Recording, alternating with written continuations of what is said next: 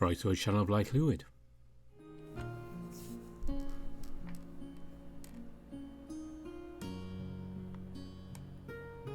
We are back in Frostfang once again for more with NeveN, and the festival to celebrate Bjorn's birthday is almost upon us. So let's find out what Eric and Aket have planned for it. All stares at me with authority and I return it defiantly. I'm absolutely on my knees. I'm aching all over. What the fuck did Gillian do to me?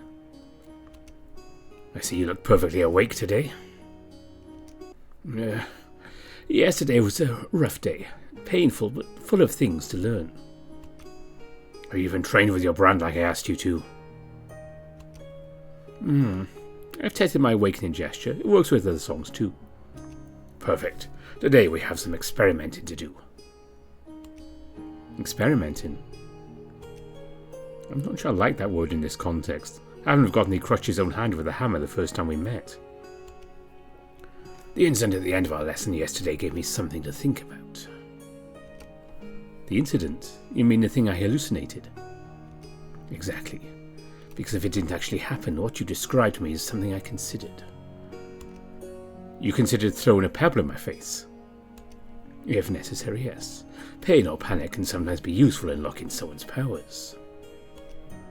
The urge to tell him to fuck off is very, very, very strong. So what was the idea? To throw more rocks at me to see how angry I can get? No. But I wonder if there's another component to NeveN's power. What do you mean? Activate your brand. It will be clearer with an example. I give him a doubtful look. Wish you'd explain to me clearly what he has in mind. I have moderate confidence in his ability to teach me anything without pain. But I eventually hum a little tune, letting the soft warmth of my brand awaken in my back. Each time it feels easier, more natural. Wonder how long it'll be before I can do it without the awakening gesture. Meanwhile, Vol slowly raises his signature pebble above his palm. Let's repeat yesterday's training. Freeze that stone again. I guess we can say that training is my first stepping stone. It looks like my pun does not reach full as he observes me with the same old authoritative look. Yeah, definitely my most difficult audience. I focus on the small stone floating in the air, and the white circle appears almost immediately this time. Gradually I stop its movements while Vol puts his own brand to sleep, until the stone remains completely frozen in time. Perfect. You can stop. That's it? I thought we were going to experiment. Oh, we are. Don't worry. Okie dokie. I stop focusing on the floating pebble and immediately falls to the ground. A few moments later I feel a sharp pain in my cheek while once again events that never happened invade my mind. Not sure what's going on. I managed to do it yesterday without any problems. I look at the stone and continues to turn slowly in the impulse of Vol's brand. No matter how hard I stare at it, it doesn't seem to stop moving. I suppose some extra motivation may be needed. Before I could finish my sentence, Vol comes up to me and slaps me as hard as he can. What the? Are you a lunatic? What's your language? I raise my hand against my cheek, but the pain is gone just as quickly as it appeared. What's happening? You saw something, didn't you? What? Just now, you saw something. Describe it to me. Yeah, it's a bit like yesterday. I didn't activate my brand and you fucking slapped me. Calm down. And don't forget it never happened. Well, what's going on? By the gods, what's happening to me? And the proof of their greatness of said gods and the generosity of their gifts. And what does this mean exactly? I told you. I think your power has two aspects. The first is to freeze things, to stop them as if time is no longer affecting them. The second allows you to experience the worlds that would exist without your power. You see what would have happened if you had not used it. You can see two possibilities. The world that is, as well as the world that could have been. So what? Every time I activate my brand, I'll see two versions of what's happening around me? It would seem so. How exactly does that help me? I don't know yet. There's no doubt that if NeveN offers you this power, it has a deeper meaning. Yeah, but wait a second. That means you intended to slap me, even if you didn't. And you say you're really going to throw that pebble at me. Pain can sometimes trigger a brand. That's why I learned to use mine. Yeah, well, I didn't. I don't work like that, so you forget that option immediately. Hit me again and I'm out of here. I don't think you understand your situation, so I'm going to be extremely clear. Will approaches me, towering over me as he awakens his brand, making the metal on his arms vibrate. The council may not have found it necessary to place you entirely in the custody of the temple, but during the hours you spend here, you are under my care. I have the right to use any method I deem necessary to teach you, and you have no say in the matter, not one word. Don't forget the decision of the council can always be reversed. We can demand again as our kings lock you up somewhere. One day, once you master your brand, you'll be NeveN's chosen one, the god's representative on Telson. But for now, you're just an insolent bard caught in the middle of matters he doesn't understand. He plunges his gaze into mine. I try to stand up to him. The boar is more impressive like that. There's no way I'm going to let him walk over me. I'm not nearly as stupid as you seem to think I am. I'm perfectly aware of my situation. That doesn't mean I plan to let you beat me up because you think that's the best way to learn. And indeed, I need the temple's help for this. The temple, not your help specifically. Do you really think our kings or Prince Miel are going to approve of your methods? There are other teachers out there. We stare at each other for a moment, and silence between us is quickly becoming oppressive. It is, however, Vol who yields first. So be it. I suppose I've approached this whole problem with the wrong state of mind. It seems that I need to reconsider some of my methods. I am glad to see that we are in agreement. However, I demand in return you respect this sanctuary. I'm here to teach and you're here to learn. No more jokes, no more insolence. Got it? That shouldn't be too difficult. Not to mention I never wanted to piss off the priest. I do need to set some boundaries, and quickly. I'm tired of being demeaned at the slightest opportunity. Let's start again. We'll now see how long you can keep your brand active. I eventually settled into a daily routine. In the morning, brand training with Vol. In the afternoon, rehearsal with Akhet, and every other day I had to learn how to fight with Gilliant and some other guards. The mornings are clearly the most interesting parts of my day. With each session, the priest and I discover new characteristics of my brand and its possibilities. This is especially true when it comes to my limits in terms of time of use. 1 minute of activation is my maximum, at least for now. After that I just find myself on the ground, panting and exhausted, unable to activate my brand until I've had some time to rest. All then want to know if I was capable of freezing more than one thing at a time. To my surprise, the answer is yes. Turns out that I'm able to stop not one, not even two, but 3 small stones at a time. It's difficult, but I can do it. Then came the question of the size, and that's where things got a little more complicated. At first we found I could not stop rocks over more than half my size. We both thought that was the limit. However, presumably to test his theories or to change the medium, Vol asked me to freeze in time a huge scroll of parchment fully enrolled. It was much larger than me, and I had no problem doing it. We experimented further and reached a conclusion. My limit is not a question of size. It's a question of weight. I can freeze 80 kilograms, more or less. For the rest, we mostly spent a lot of time working on my endurance and my speed to activate my brand, in between rest periods to allow me to recover. I never thought that using a brand could be so tiring. I'm also starting to get used to the visions that appear to me every time I deactivate it. At least they allow me to make sure Vol keeps his promise, since he never hit me in any of them again. I also keep my promise to be quiet, as best I can. Sometimes it's really, really hard not to say anything. The rehearsals with Akhet are also going well. Our styles are blending nicely. We now have a few songs ready for the festival. We're exchanging ideas about how to best use my brand, but so far nothing conclusive. and from time to time I visit the prince. My excuse is that I'm learning to write, but the truth is that I enjoy spending time with him. Even if we don't agree on everything, he knows how to listen to me, and I think I can listen to him in return. Little by little, we discover each other through our completely different eyes and experiences. Even though I feel that Melbjorn might be interested in a more serious relationship, it's obvious that the block due to my past relationship prevents me from going further. So, 2 weeks pass in relative peace, until finally my sleep is disturbed by someone knocking on my door early in the morning. Looking out of my window, I can see the sun has only just risen. It's way too early for my training with Vol. This better be important. As I open my door, I run to one of the castle servants and give him my gloomiest look. What? Lord Eric, you are needed for a council meeting, urgently. Excuse me? King Lusk and King Eon await you and ask you to hurry as much as possible. It's too early for so much information. Wait, a council meeting? Why? I'm afraid their Majesty has not passed on this information to me.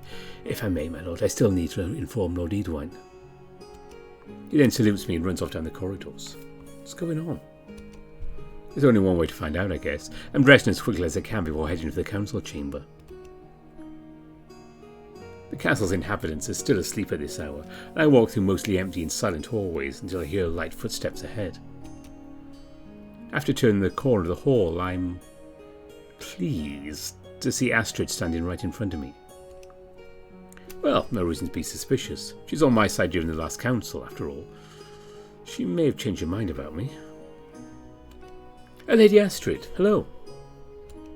Hello, Eric. I have to suppress a shudder when I hear her reply. Nope, she still hasn't forgiven me. Do you know why I've been summoned so early in the morning? No more than you do. That shouldn't be hard to guess. Really? Isn't it obvious? We have no doubt received a reply from Mecca regarding your awakening and the attack on their diplomats. I almost stumble as I listen to her. Obviously I haven't forgotten all that, but I've done all I can to push it in the back of my mind. I have more urgent things to think about. Alright now, I realise that war is closer than it seems. I see you understand the importance of this meeting. I suppose my concern is made evident by my expression. Therefore I trust you'll be sensible this time. We don't need the nonsense of a bard right now. I don't think I was nonsensical during the last council meeting. It's true, and that was a pleasant surprise. Before I can answer, we arrive in front of the council chamber where the royal family is already waiting for us. Astrid bows to salute our monarchs, and I do the same. King Lusk and Eon, Prince Melbjorn. Hi. I can almost hear Astrid growl. She stares at me in outrage. It's possible for me to be serious without fundamentally changing who I am, so I hope she'll learn to appreciate my casualness. The kings wait for us to sit down, and Eon lays a rolled scroll in front of him. Meanwhile, Melbjorn nods at me with a worried look. The urge to strike up a conversation with him is strong, but something tells me it is neither the place nor the time. Edwine and Vol soon arrive and take their places, while Eon wastes no time in starting the discussion. I'm not going to ramble on for hours. I think you all know why we're here. I could have sent a response to what has been happening lately. Is this good news? Yes and no. Let's say it's strange, to say the least. How so? The quickest way to show you what I mean is to read their message. Aeon? The tiger stretches out his hand and unrolls a scroll before him. King Aeon, the living shadow, blah blah blah. The news of the loss of our diplomatic convoy is most distressing. Good Anthracans have died in this misadventure, and their loss weighs heavily on us all. Your prompt response and compensation are most appreciated. It will be distributed among the families of the victims. It will probably not help them to grieve, but we hope it will ease their pain a little. We'd also like to assure you that we don't hold the Frostfang kingdom responsible for this incident. As you have stated in your letter, it's an animal attack, and no kingdom can foresee such an event. We therefore agree to put this unfortunate incident behind us and hope to maintain our good relations in the future. His Majesty the God King, blah blah blah. A silence follows the reading of the letter. They don't blame us for what happened? That's a rather good thing, isn't it? Theoretically it is, but it's not normal behaviour at all. You can't just accept that times have changed. This is not the same leader as during the last war. Well, that's not the problem. If they say they'd like to maintain good diplomatic relations, not reacting at all is more than suspect. I expected a delegation to be sent to verify our claims at the very least. That's what I would have done anyway. But here, nothing. They accept our version of events without any conditions. There's something behind it. Are they simply afraid the President of NeveN's chosen one in our nation? I understand Mechad well enough to know they'll take more than that to scare them. Not to mention that no matter how trained Eric is, he is still a mere individual. I know that one person, even with his powers, will not be enough to take on a nation. That can only mean one thing. There is something else that holds their attention. So much so they don't want to react at all to such an incident. But we haven't heard anything specific about what's happening in Mechad at the moment, have we? Well, nothing out of the ordinary except for some preposterous rumours. But I can find out more if my lords wish. You'd all take care of it then. Oh, and you also sent some scouts to see if we missed anything happening near our borders. What could worry them more in our kingdom? We've been enemies for as long as we have existed. Is there a problem with the slaves? That's most likely. There are other possibilities that should not be ignored, especially now that your brand exists. What are you... Oh. Another forgetful one could have branded someone in their nation, right? Without us noticing anything. NeveN's brand was quite impressive when it appeared. They have the means to conceal this kind of information, and depending on who bears such a brand, it could cause major problems. Not to mention the importance of the god. Of course, NeveN offers us great possibilities. But if Tez also brands someone... Gentlemen, my lady, let's not get carried away. This is all hypothetical. For now, we should just enjoy the good news. Mechad has no additional hostility towards us. Well, I appreciate your enthusiasm, Weedwine. This news is only good in the short term, if indeed Mechad is up to something. But there's nothing we can do about it now, is there? Except wait for news from your scouts? Staying alert is a necessity. If something is happening, we need to know as soon as possible. Eric, your training remains our priority. How is it going? For now, Eric, extremely well. There's no way I'm going to let Wolf speak for me. I'm getting better at activating my brand. I'm beginning to understand its limits and possibilities. So I'll be able to see a demonstration soon. I'll give you a show at the festival, my king, to you and to the whole kingdom. I'm beginning to get an idea of what I can do. I don't like it, far from it, but I know it will impress them. Aeon nods before speaking again. We ask you to keep your eyes open and try to find out what's going on. Discreetly if possible. We don't need our neighbour to know that we suspect something. A new moment of silence settles. And regarding the attack itself, have we made any progress? Not really. We're able to confirm all the wounds were from animal bites and claws, but how they managed to defeat armed guards remains a mystery. Not to mention there is a noticeable presence of several different animals that don't usually live together. Our best lead at the moment is the theory of a group of animals trained to attack. By whom and why remains a mystery. So it has nothing to do with me? Unless someone's able to predict the awakening of your brand, probably not. Training wild animals can take a while. There's something else behind it. Is it possible that someone is trying to stir up tension between Frostfang and Mechad? I know this is something that happens a lot in stories. We are not in a story. He's not entirely wrong. If someone was really trying to stir up the already smouldering hostility between our nations, this would be a way to do it. In that case, the only possible culprit would be Kazal. There's only one their own voice in the kingdom who can organise something of this magnitude. Tenok, please don't make me laugh. His speciality is organising parties, not assassinations. Hey, Tenok is not as nearly stupid as you seem to think. As this sentence escapes my lips, I realize that this wasn't necessarily the best way to defend my friend. I'm pretty sure I just accused him of setting this up. I agree with Eric on this point, Lord Wall. You should stop underestimating him. I doubt that Kazal has no vested interest in this conflict. Been working towards a lasting alliance with them for years now. So we have no idea what is going on. Aeon listens carefully as he runs his hand over his face. I don't intend to stay in the dark for long. We'll double the number of active scouts and search each tree in the forest if necessary. We're bound to find some tracks if someone lives there with trained animals. Well, no, I recommend caution. There are many factors we don't know about. That doesn't necessarily mean there are problems. Let's not react too quickly. The rest of the council is going smoothly. I have the opportunity to participate in some discussions about the organisation of the festival, to which I give an artistic opinion from time to time. From time to time I look at the prince as he looks at me, and I can feel a sense of pride in his eyes. Even though it should make me feel good, a feeling stirs inside me. On the one hand, I'm happy to finally be able to act as a royal bard, but on the other, I know that the horns of war are just waiting for an order to sound. Now, everything rests on Mechad. The fate of Frostfang, my fate. Overnight, the royal bard became NeveN's chosen one and nothing more. However, I can feel a weight getting heavier and heavier as the day progresses, and I'm unable to say why.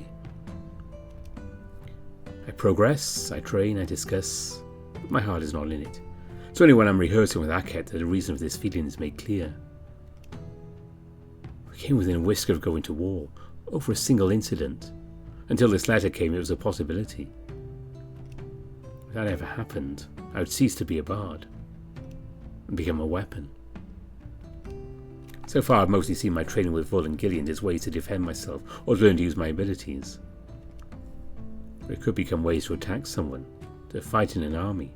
And while I've always known this was a possibility, this is the first time I've understood how real it can become with a snap of a finger. After the councils I'm rehearsing with Akhet, I can't help but think of these as eventualities. To make matters worse, I feel like the bond between Melbjorn and me is growing stronger by the day. Even though the feeling is clearly mutual, I don't want to make any empty promises to him. He deserves loyal love, and as long as I'm able to detach my thoughts from Vigo, I feel like I can't give him what he wants from me. Fuck, all these thoughts collide and give me a headache. I really need to rest. Once Akhet and I finish our rehearsals, I go back to my room to collapse into my bed.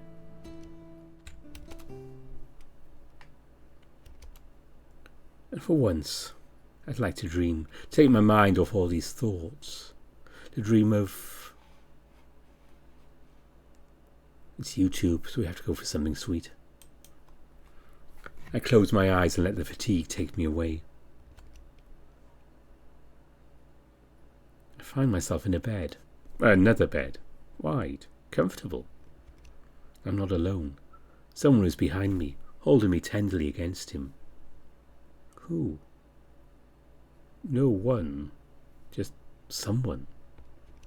Someone who cares about me. Someone who worries about my well-being. Someone who wants me to be happy. I snuggle up to him and gently rub my head against his chest, my eyes closed.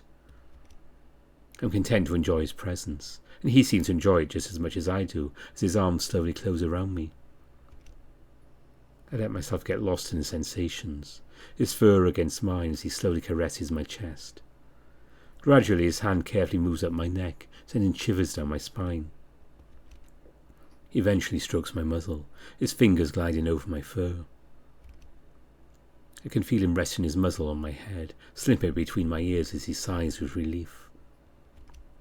His voice sounds soft, almost purring. Hello, sweetheart. Before I can say his name, his hand tightens around my muzzle, forcing me to keep it shut. Why is Vigo here? This was supposed to be a sweet moment. I wanted to relax. It's not fair. It's not fucking fair. I'm struggling, trying to get out of his grip, to no avail. Shit, come on. Calm down, sweetheart. You know I'd never hurt you. I'd always be there for you. I know you're not doing well right now. You have a lot of pressure on you. So I came to help you and support you, because I love you. I am the best lover in the world, after all. That's what you used to say to me, right? Those were the days. You and me against the world, hand in hand, now without each other. Little terrors of Skarna.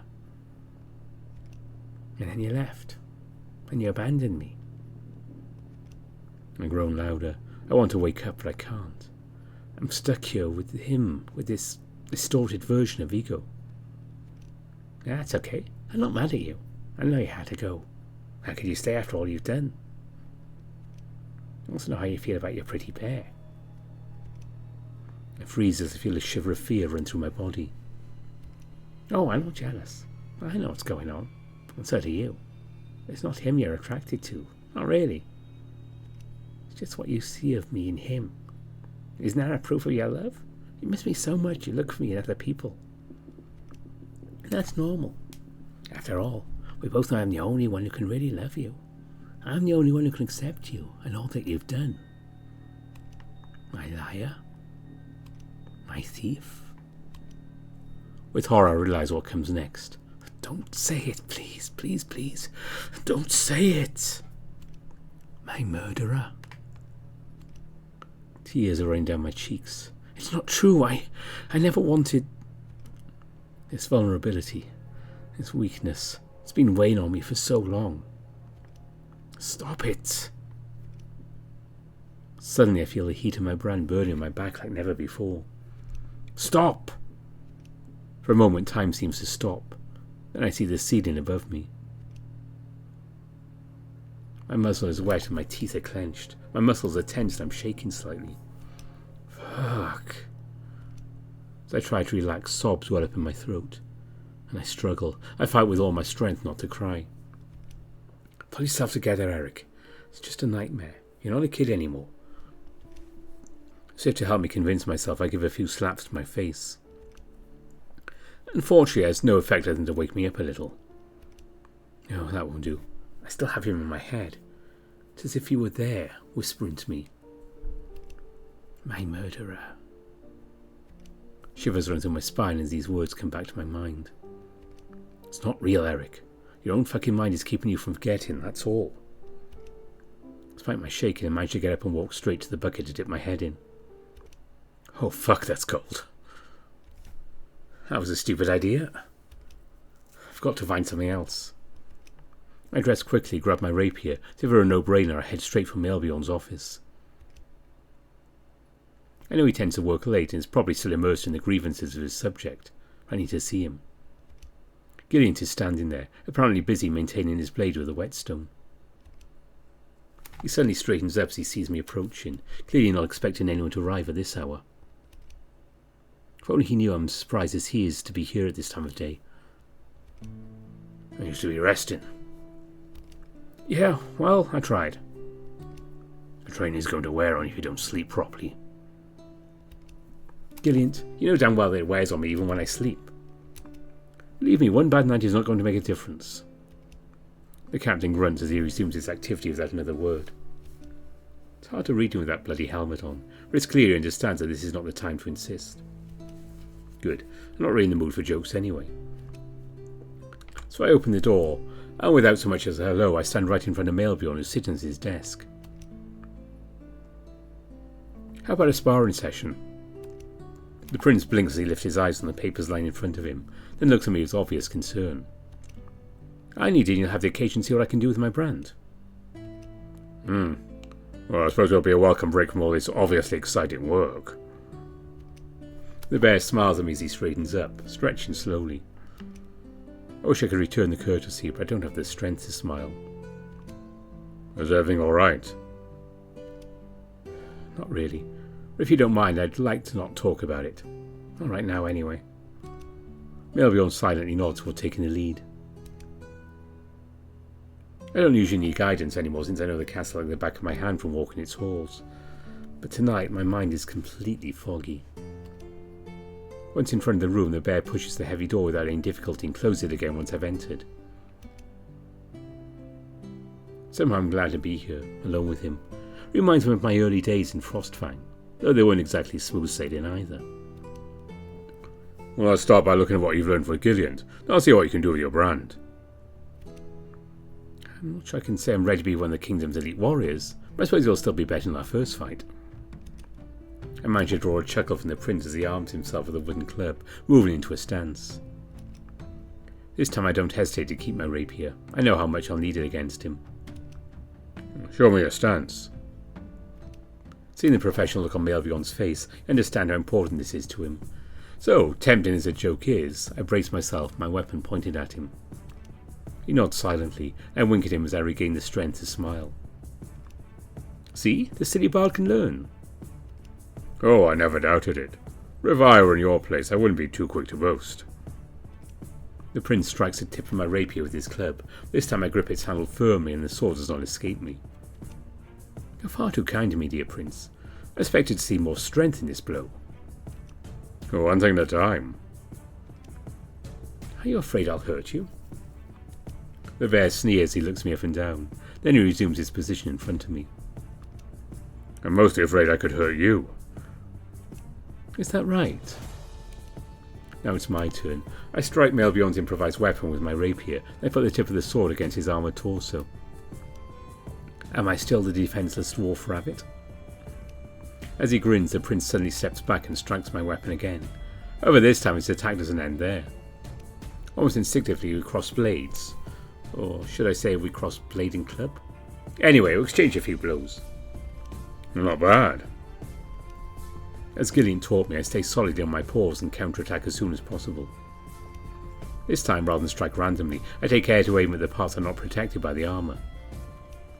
Obviously, Melbjorn makes it easier for me by not wearing all his armour. With gauntlets and a helmet, it would be much more difficult for me.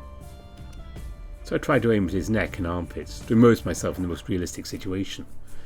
After all, if I'm going to face any Mercadians, I doubt they'll come naked. Well, the idea isn't entirely unpleasant. Now that's what I call a dance. The prince's strikes suddenly become faster and I'm forced to retreat while swinging my sword to block each of them. Fortunately, I'm no longer afraid of unintentionally hurting him.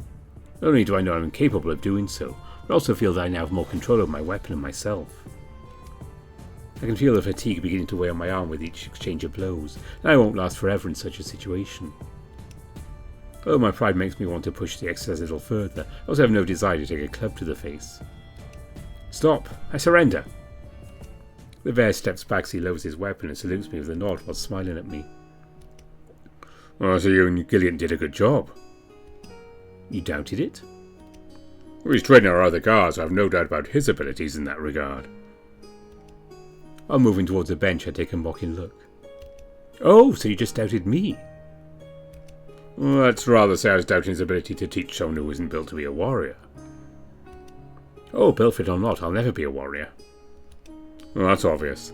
But now you have the basics to defend yourself.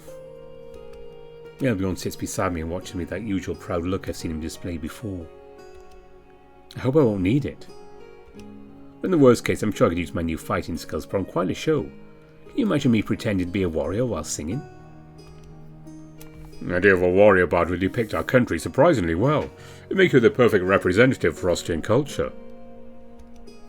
He laughs as he stands up again, pointing his club in my direction. Enough of the chit-chat. I'd like to see you in action with your brand now. Oh, like now? You told me you're able to activate it, so I'm sure you can show me. No pressure, Eric. You're trained for this. I take a breath as I stand up and hold my rapier out in front of me.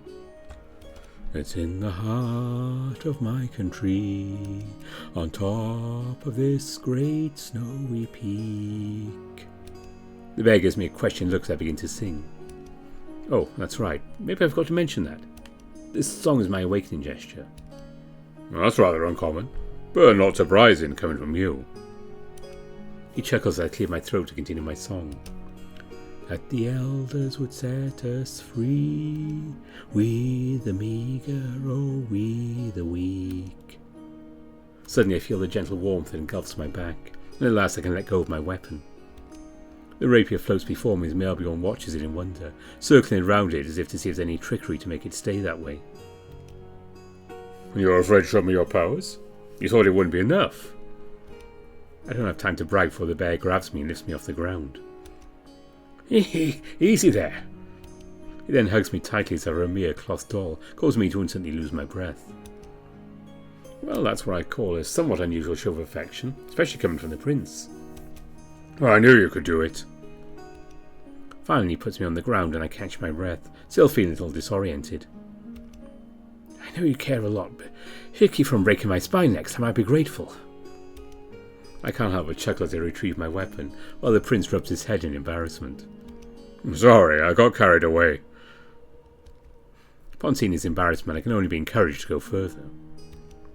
After all, every opportunity is good to tease him. That said, I don't say no to hugs when they're less brutal. In turn, Melbjorn puts on a mocking face as he answers me. I reserve that for very special elite dwarf rabbit. Ooh, an elite, eh? So I'm not refined enough to enjoy a princely contact? Well, it's not exactly a refinement I'm looking for in you. Oh, I understand. You prefer the refreshing experience of a rustic discovery. Very exotic. I manage to elicit a chuckle from the bear as he goes back into position. Show me you can use your powers in a combat situation instead of talking nonsense. I must confess I'm not yet trained for this. Good. In that case, it's time to see if you can do it. So I stand on guard and Melbjorn attacks me with a fluid and slow enough strike to give me a chance. And this time I concentrate on the club he holds tightly. To my surprise, the bear seems momentarily stopped in his tracks. Then the next moment he charges at me without the club and forces me to deviate my blade before slamming into me. We both fall on the ground and the prince starts laughing above me as he visibly tries not to crush me. Sorry, that was too tempting. Carried away with the embarrassment of the situation, I land a punch on his arm or torso, which hurts me more than it hurts him. Yeah, you idiot, I could have hurt you with my rapier. Well, I trusted your abilities. That's at least one person who believes in my soldiering career, I guess. Suddenly I found myself facing Melbjorn charge me with his wooden club. I'm surprised my power didn't work, so much so that the bear disarmed me with ease before smacking my butt with his training weapon or letting out a loud laugh. Then I seem to regain consciousness as the sound of the club falling to the ground rings in my ears. Melbjorn is standing over me again, watching me with a worried expression. Eric, is everything alright? Yeah. I saw you. You're going to hit my ass with your weapon again. He blinks and straightens up while helping me do the same. How do you know that? It's part of my power, I think. I can see what would have happened if I hadn't used it. Impressive. So, you really can see through time? I suppose so, yeah. Unfortunately, it's often at my expense that it works. I rarely use my power to stop something pleasant. While saying that, I rub my butt with a grunt. I can still feel that blow, by the way. You've gone easy. Well, you fronted a possibility. I'm sorry, I think. It'd be silly to blame you for that. It's like blaming someone for what they did in a dream. It doesn't make sense. Technically, I've still got to do it if you didn't use your power. I can't help but smile when I see the prince's playful look. You're not helping your case. Oh, I'm sure I'll find a way to make it up to you. You better. The bear settles back on the bench with a sigh, then beckons me to come closer. So, do you want to talk to me about what was bothering you?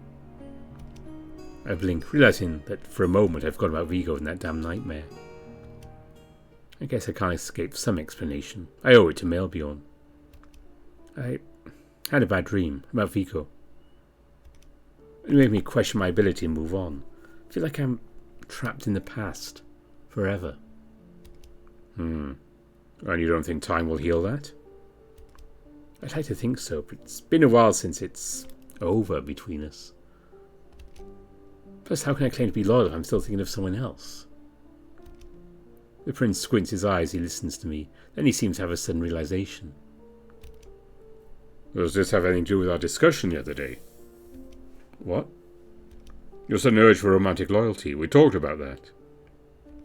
Oh, maybe? Well, that's rather flattering. I'm not asking you to go against your nature. If you want a solution to your problem, find it for yourself, not for me. I've seen enough people force themselves to be different to try to please my fathers or me. If you expect more from me, I want you to be yourself. Melbjorn smiles at me reassuringly. In that moment, a pleasant warmth fills my entire being. This lovely sensation is followed by tingling and shivering as I try to regain control of myself. Okay, I'll do my best to be myself then. But I must admit our little training session helped me a lot. Thanks for being there for me. Oh, you're welcome. It was more than needed for me too. It's satisfying seeing your progress. I'm sure you found a worthy opponent in me. I wink at the bear, who chuckles while giving me a little shoulder tap. Well, I shudder at the thought of having to face the terrible dwarf rabbit when he finishes his training. Enjoy the opportunity to mock me as long as I don't use my powers on you. It won't last long. I'd like to see you try. I start humming a song while looking at him with amusement. Oh, are you actually going to do it? The prince gives me a defiant look without trying to stop what's about to happen. I don't focus my attention on the bear himself, since I never trained to use my brand on living being. I'm far too afraid that something unexpected will happen if I use my powers on him. Besides, I doubt he weighs less than 80 kilos anyway, so it wouldn't work. His armour, on the other hand, is another story, though I wonder if it will work with him wearing it. Try to move, just to see if you can. NeveN tries to stand up, but he's clearly stuck in place. I then lean forward with a mischievous look while the bear looks no less amused. Looks like my dear prince is stuck. What a shame. And without a word I turn my back on him as I begin to walk away. Really? Really? Obviously I don't intend to leave him there, but for once I have the upper hand on him, so I'm savouring the moment. However, while I'm basking in my control of this gigantic bear, something is wrapping around my waist. Where do you think you're going? And suddenly I'm pulled backwards by what appears to be a shadow, until I find myself sitting miles beyond lap as he wraps both arms around me. If I'm forced to be stuck here, then so are you. Yeah, that's not fair. Is that your brand? It is. I thought you didn't like it. The bear sneers as he continues to hold me against him. Just because I don't like using my brand doesn't mean I'll hesitate to do so when necessary. Oh, so you really think I'm dangerous? I then lower my gaze to watch the shadow gradually withdraw from the prince's left arm. Your power looks useful, though. With this I could reach shelves that are normally too high. Well, considering your size, I doubt you really need it, but still. On hearing NeveN's grunt, I raise an amused eyebrow at him.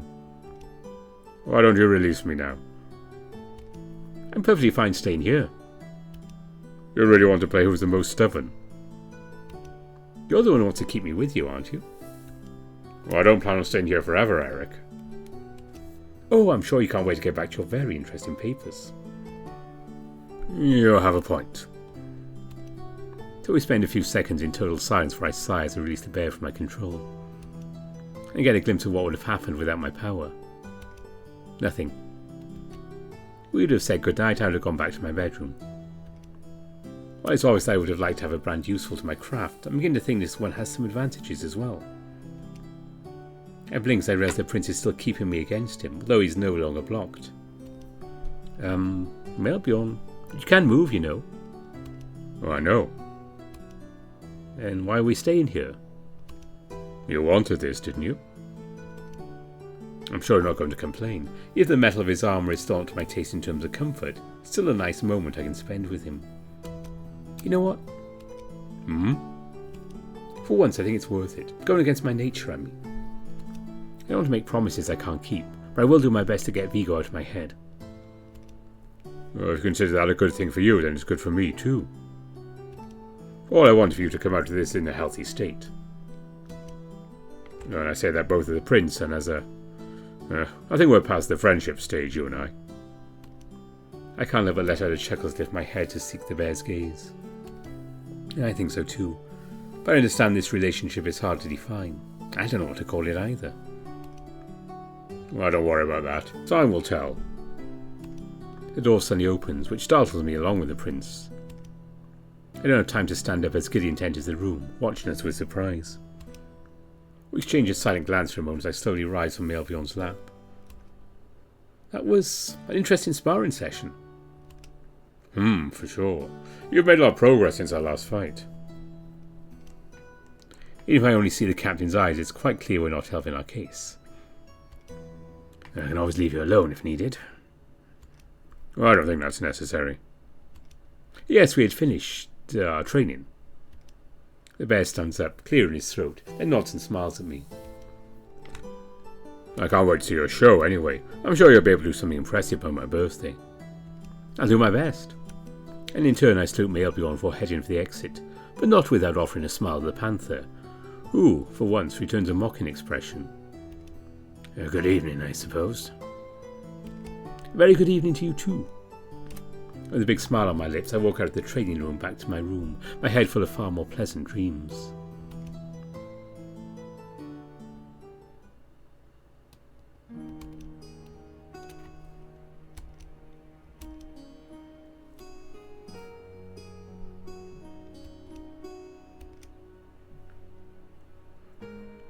I don't think I've set foot in the temple yet.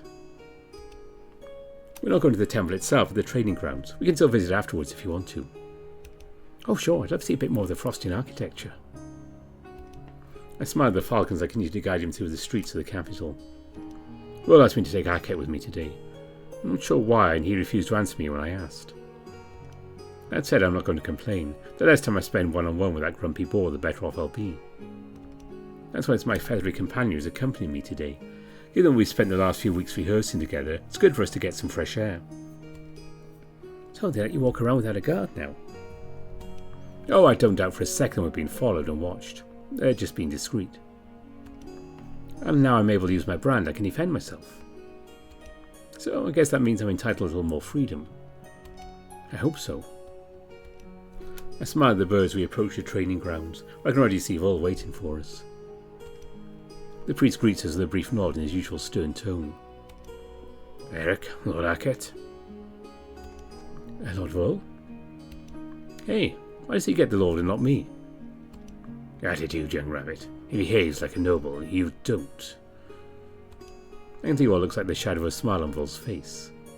Is he joking? That almost terrifies me more than if you're in a bad mood. Anyway, let's go. We've got work to do. We follow Vol as he heads to one of the classrooms where Arquette asks him a question. Lord Vol, if I may ask, for what reason have you requested my presence? I'm going to need your assistance. Really? And why? It's time to try using your brand on something living. Lord Arquette will make a perfect test subject for this purpose. I pause there intently at Vol's back. What's he telling me? Obviously he realizes there's a problem as he turns to give me a quizzical look. What is it? Experimenting on a friend of mine is completely out of the question. Will simply sighs for looking at me wearily. And why is that? Because we haven't the slightest idea what might happen. I must admit, Lord Vol, I'm not particularly enthusiastic about this idea. We know exactly what's going to happen. You've done it before, and on a much larger scale. During the contest, we don't have the slightest idea of my ability to replicate what happened there. What if I stop his heart or something? In that case, you'll just have to put your brand dormant again. The only risk is you lose control. Not to mention we know you can only freeze him for a short time. Why don't we try it on you directly then? You can't do it. I'm too heavy. I exceed your weight limit. I doubt that's the case with Lord Arquette. It's still... I can feel Arquette grabbing me by the shoulder. It's okay, Eric. I trust you. I know you won't hurt me. Very well. We can try, I suppose. Vol nods for entering the classroom. Arquette flashes me a nervous smile. Despite his kind words, I don't think he's at ease. I'm not either. The priest is right. It's time I tried it on an Anthracan. I just hope everything goes well. Once in class, Vol returns to his usual place while Arquette gives me worried looks. You can stand in the middle. I just need to be able to see you for this to work. And I promise you, if I see the slightest thing that doesn't work as planned, I'll stop everything. He gives me a shy smile before heaving a long sigh. And don't forget that I'm here too. I'll make sure everything goes smoothly. I hope so. Let's go. If we don't hurry, I don't know if I'll have the courage to do it. With a final smile of encouragement, I start singing as I fix my eyes on Arquette. As my brand awakens, I can see a white circle slowly spinning on his chest. As I focus on this circle, I immobilize it. And Arquette stops moving altogether. Not a feather stirs, not even his torso rises to the rhythm of his breathing. Impressive. So this is what happened to us during the competition? I guess. I was a little too panicked to really pay attention to what was going on. I approach Arquette, eager to get a better look at him now that he's motionless. He's really cute up close. I can't help but want to tease him a bit. So I press my fingertip into his cheek, expecting him to engulf it in the softness of his feathers. Only to be disappointed very quickly. I feel like I'm pushing my finger against a rock. What are you up to? Just testing something, that's all. Whatever it is, make your brand dormant. I think it's lasted long enough. I obey quietly and attack it move again. He blinks in surprise and touches his cheeks. From my perspective, the only thing I see is the three of us, standing silently in the centre of the room. Fascinating. Did it work? Did I freeze? You've changed places in the blink of an eye. Indeed, everything seems to have worked out without a hitch. Did you do something when I was frozen? I suddenly felt as if someone was touching my face, but it only lasted a fraction of a second. Oh, I was just... Did you feel it? The moment you were able to move again, did you feel what had happened during your immobility? I think so, yes. Well, I felt something, but I'm not sure what it was. Does that mean I could interact with the objects or people I use my power on? Impossibly. I thought you would simply freeze them at a specific moment with no possibility of acting on them. Perhaps I made a mistake there. So Eric could freeze someone and do whatever he wants to them? I like that idea. Eric! I'm kidding. I don't know. We'll have to do more tests. Especially to see if he's the only one who can interact like that with what's frozen. Are we going to freeze Aket again? No, I've got a better idea. Will reaches into his pockets and pulls out 3 small pebbles. Seriously, what's going on in there? How many stones, pebbles, and other junk does he have with him at all times? With a flick of his hand, he makes them fly in front of him, before placing one in front of each of us. Eric, I'm going to ask you to freeze all 3 of them, then hold your brand active for as long as you can. Then both of you hit the stone in front of you. A simple flick should do the trick. If you're able to interact with them in their frozen state, they should move in the moment Eric deactivates his brand. What about your pebble? I think we'll all be able to interact with them. I'll try something different on mine. Don't worry about it. So I just have to hit the stone? Precisely. Then all you have to do is wait for my signal. I activate my brand again, freezing Vol's pebble first, then Aket's, and finally mine. Go ahead. Aket gives his pebble a slap, then it's a little yelp of pain. Then I do the same, without the cry of pain that is. Vol, on the other hand, has pulled out his hammer and starts hitting the pebble as hard as he can. Then he hits it again, and again. Vol, what are you doing? I told you, I'm testing something. Make sure the rabbit stays focused for as long as possible. A new bang of his hammer echoes through the room. Do you have any idea what he's trying to do?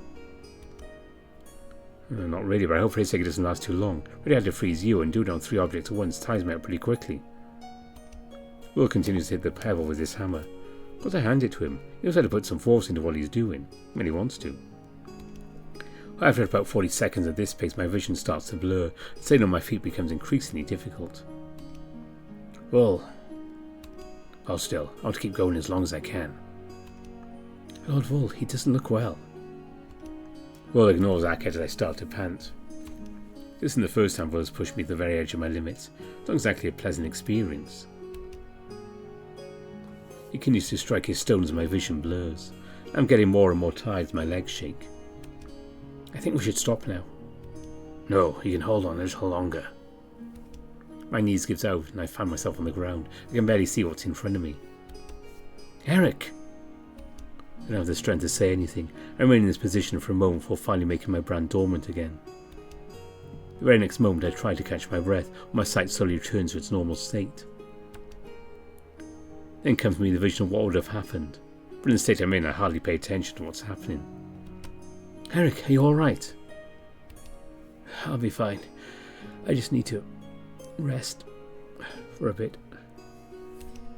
It was more than worth it. I could see Vol almost literally beaming with pride. It looks like I was right. I think he can wait a bit. It's not the first time he's ended up on his knees. In 2 minutes he'll be as annoying as ever. Lord Vol, show some respect. I apologise. This brief moment of embarrassment has taught us so much. And what exactly have we learned? Other than that I hate being like this. To begin with, it's indeed possible for everyone to interact with what you freeze to a certain extent.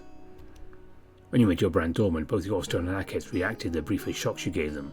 They were both sent a little further into the room, as you'd expect. Isn't that what yours did? No, and that's where things get fascinating. I wanted to check to what extent we can interact with the frozen objects. Is it only the last contact? The first? An accumulation of everything that's happened during the time it was frozen? He smiles and bends down, picking up what looks like a small pile of dust from the floor. The last answer is the correct one. This is all that's left of my stone. It instantly disappeared into dust when the brand became dormant. I could never have done that with a single blow of my hammer. So what? The things I used my brand on feel everything they went through while they were frozen? Yes, they experienced it in a single instant, accumulating everything that happened in a single split second. That's impressive.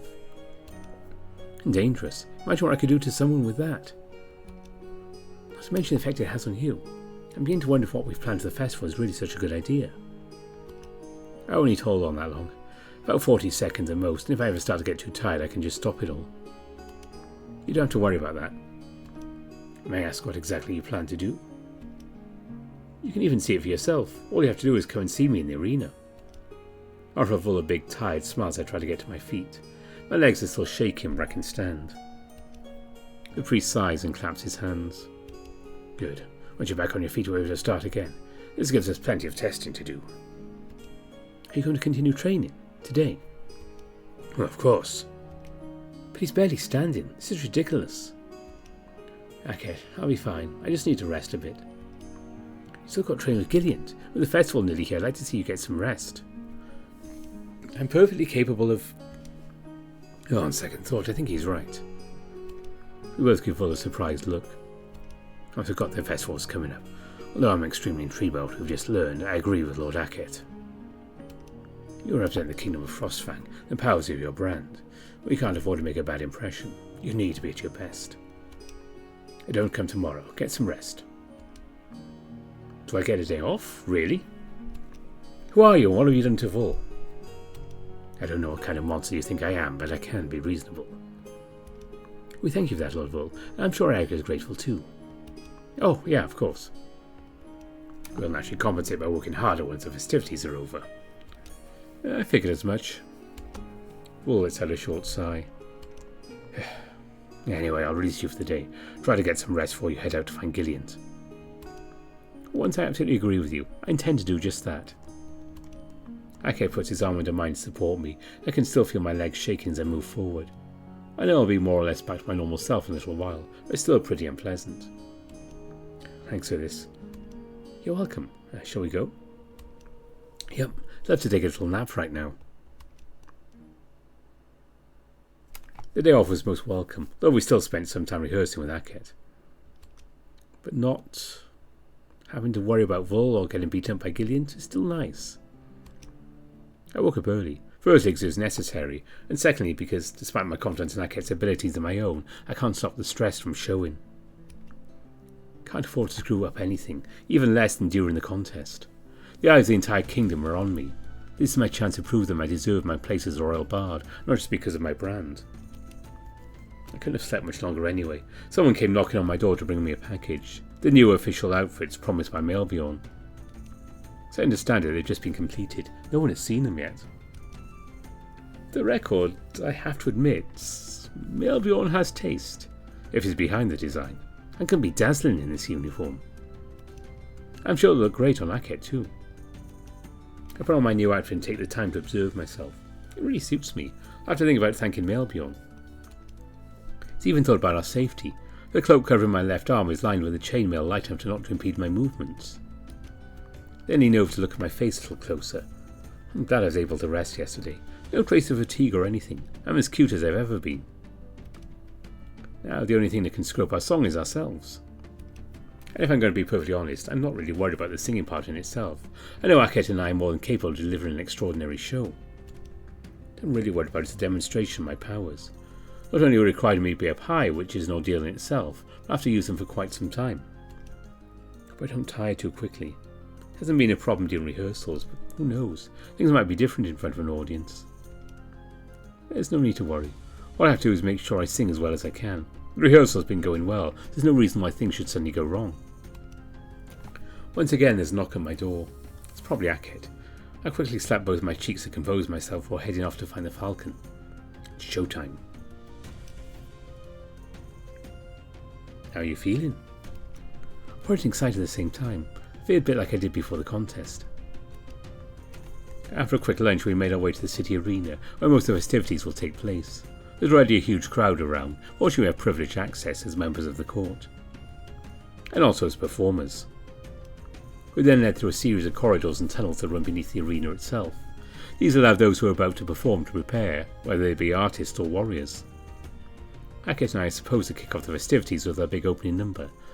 I have absolutely no doubt the stadium will be packed regardless. I'm sure a lot of people will want to see what I can do, and I intend to show it to them. So we find ourselves in a tunnel that leads directly into the arena itself. All we're waiting for is the show to start. With us stands Clovis, the rooster, already made the announcements during the contest. Looks like he'll be announcing us too. So, do you two intend to surprise us like last time?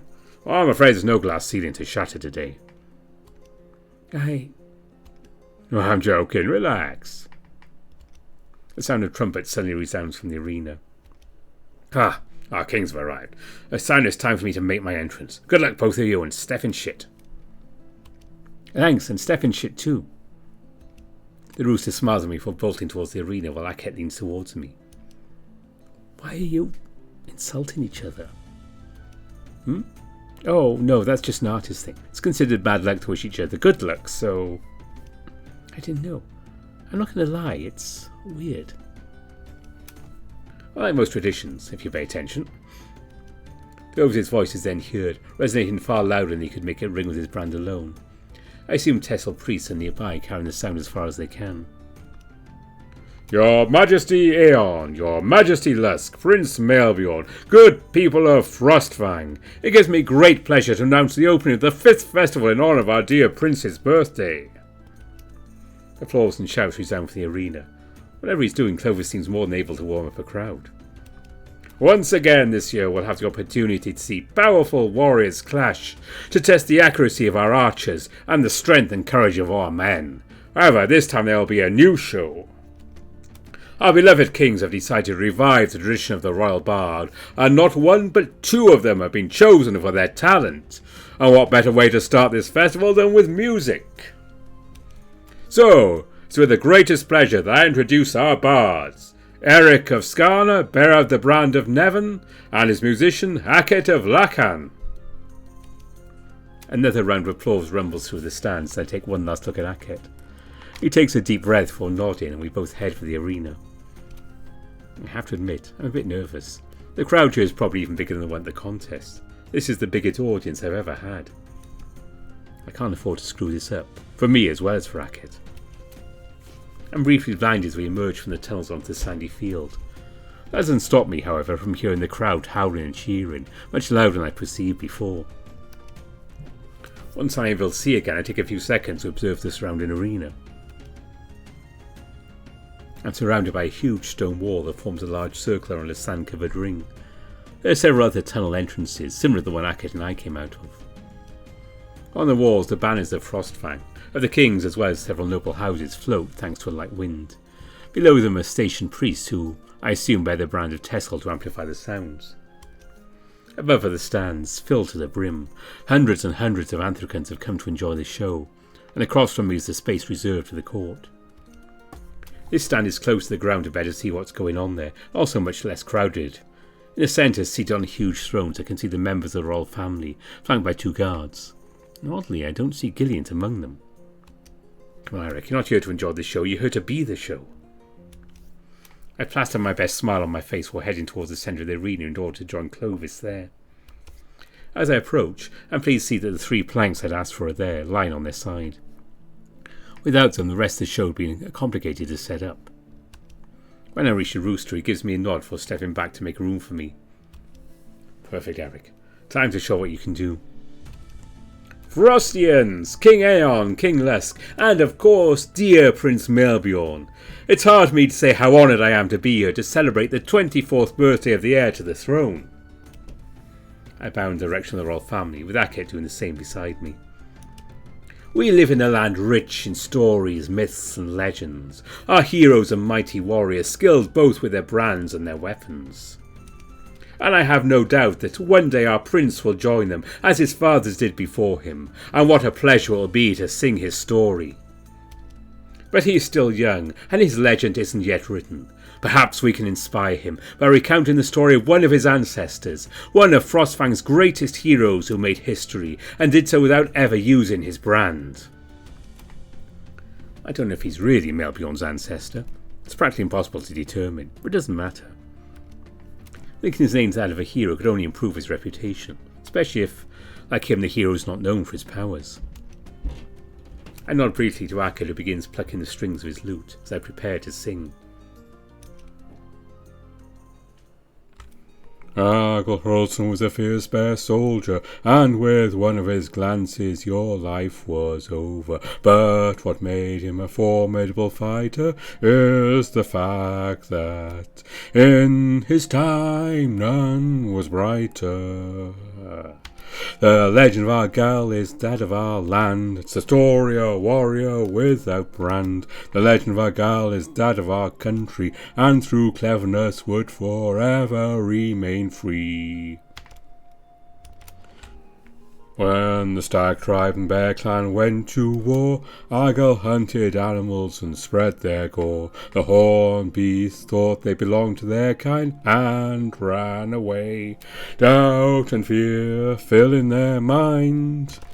Argyle Hurlson was a fierce bear soldier, and with one of his glances your life was over. But what made him a formidable fighter is the fact that in his time none was brighter.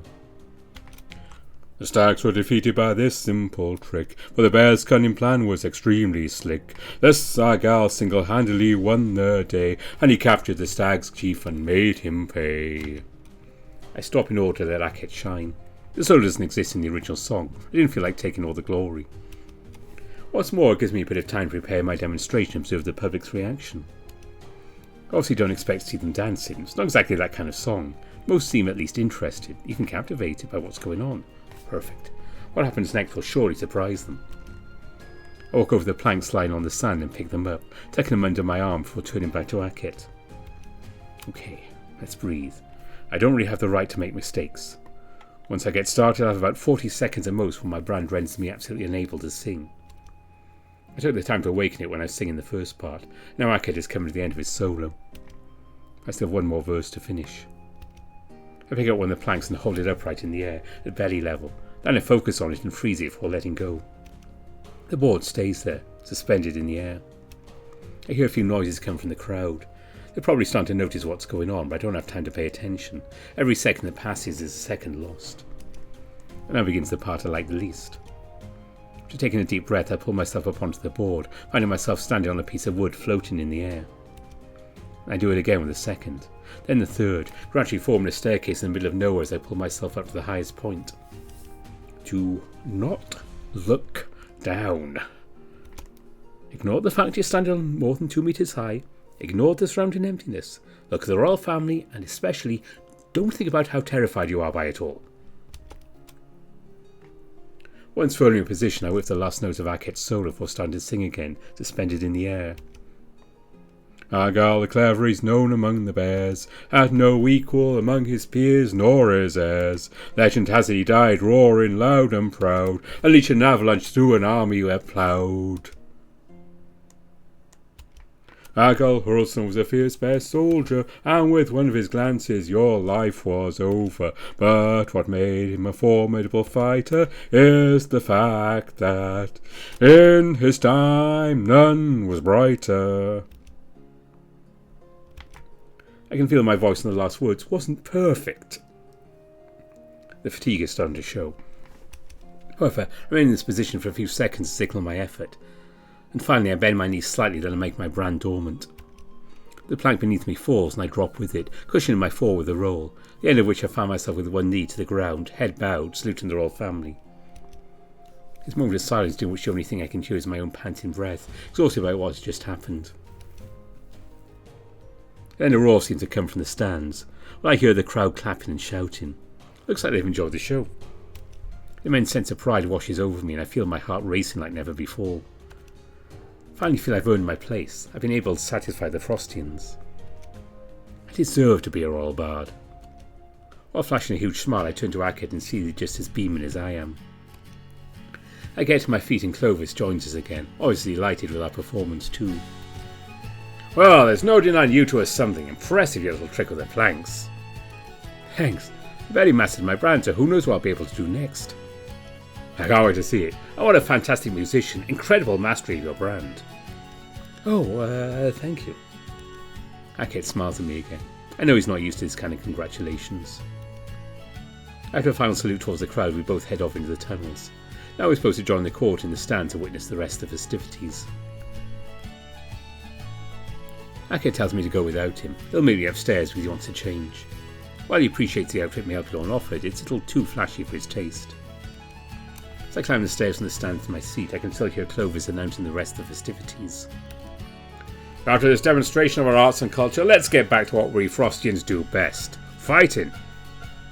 As you know, this festival usually consists of a tournament. In recent years, however, we've noticed the finalists are always the same two fighters. Our kings, in their wisdom, have therefore decided to ask them not to participate this year in order to give everyone a chance. Disappointed noises can be heard from the crowd. I know. However, they didn't want to deprive you of this show, so they've asked these warriors to present an exhibition fight before the tournament begins. I finally reach the area reserved to nobility when a collective cry of joy echoes from the stands. Therefore, there's no reason to hold them back any longer. I don't doubt for a moment they're as eager to fight as you are to watch them. The third arena fight, with 2 victories to our fellow Frostians' credit, asks you to give a fitting welcome to Gilead, captain of the Frostfang Royal Guards, and Tenok, fire incarnate, ambassador of Khazal. A new round of applause resounds as Clovis exits the arena. I take my seat beside Melpidon and Rowan, who serves as the prince's bodyguard for the occasion. The latter winks at me and I smile back. However, it's not until I settle in my seat and observe the building that I feel a mixture of excitement and anxiety. It's the first time I've been to an arena fight. I knew it existed. There are always fighting grounds here and there in the country. It's a tradition for Frostfang after all. At the same time, the two Anthicans were about to clash are not people I want to see hurt. Despite what Gideon did to me during the competition, that my training sessions with him have created some kind of attachment, even if we don't talk much.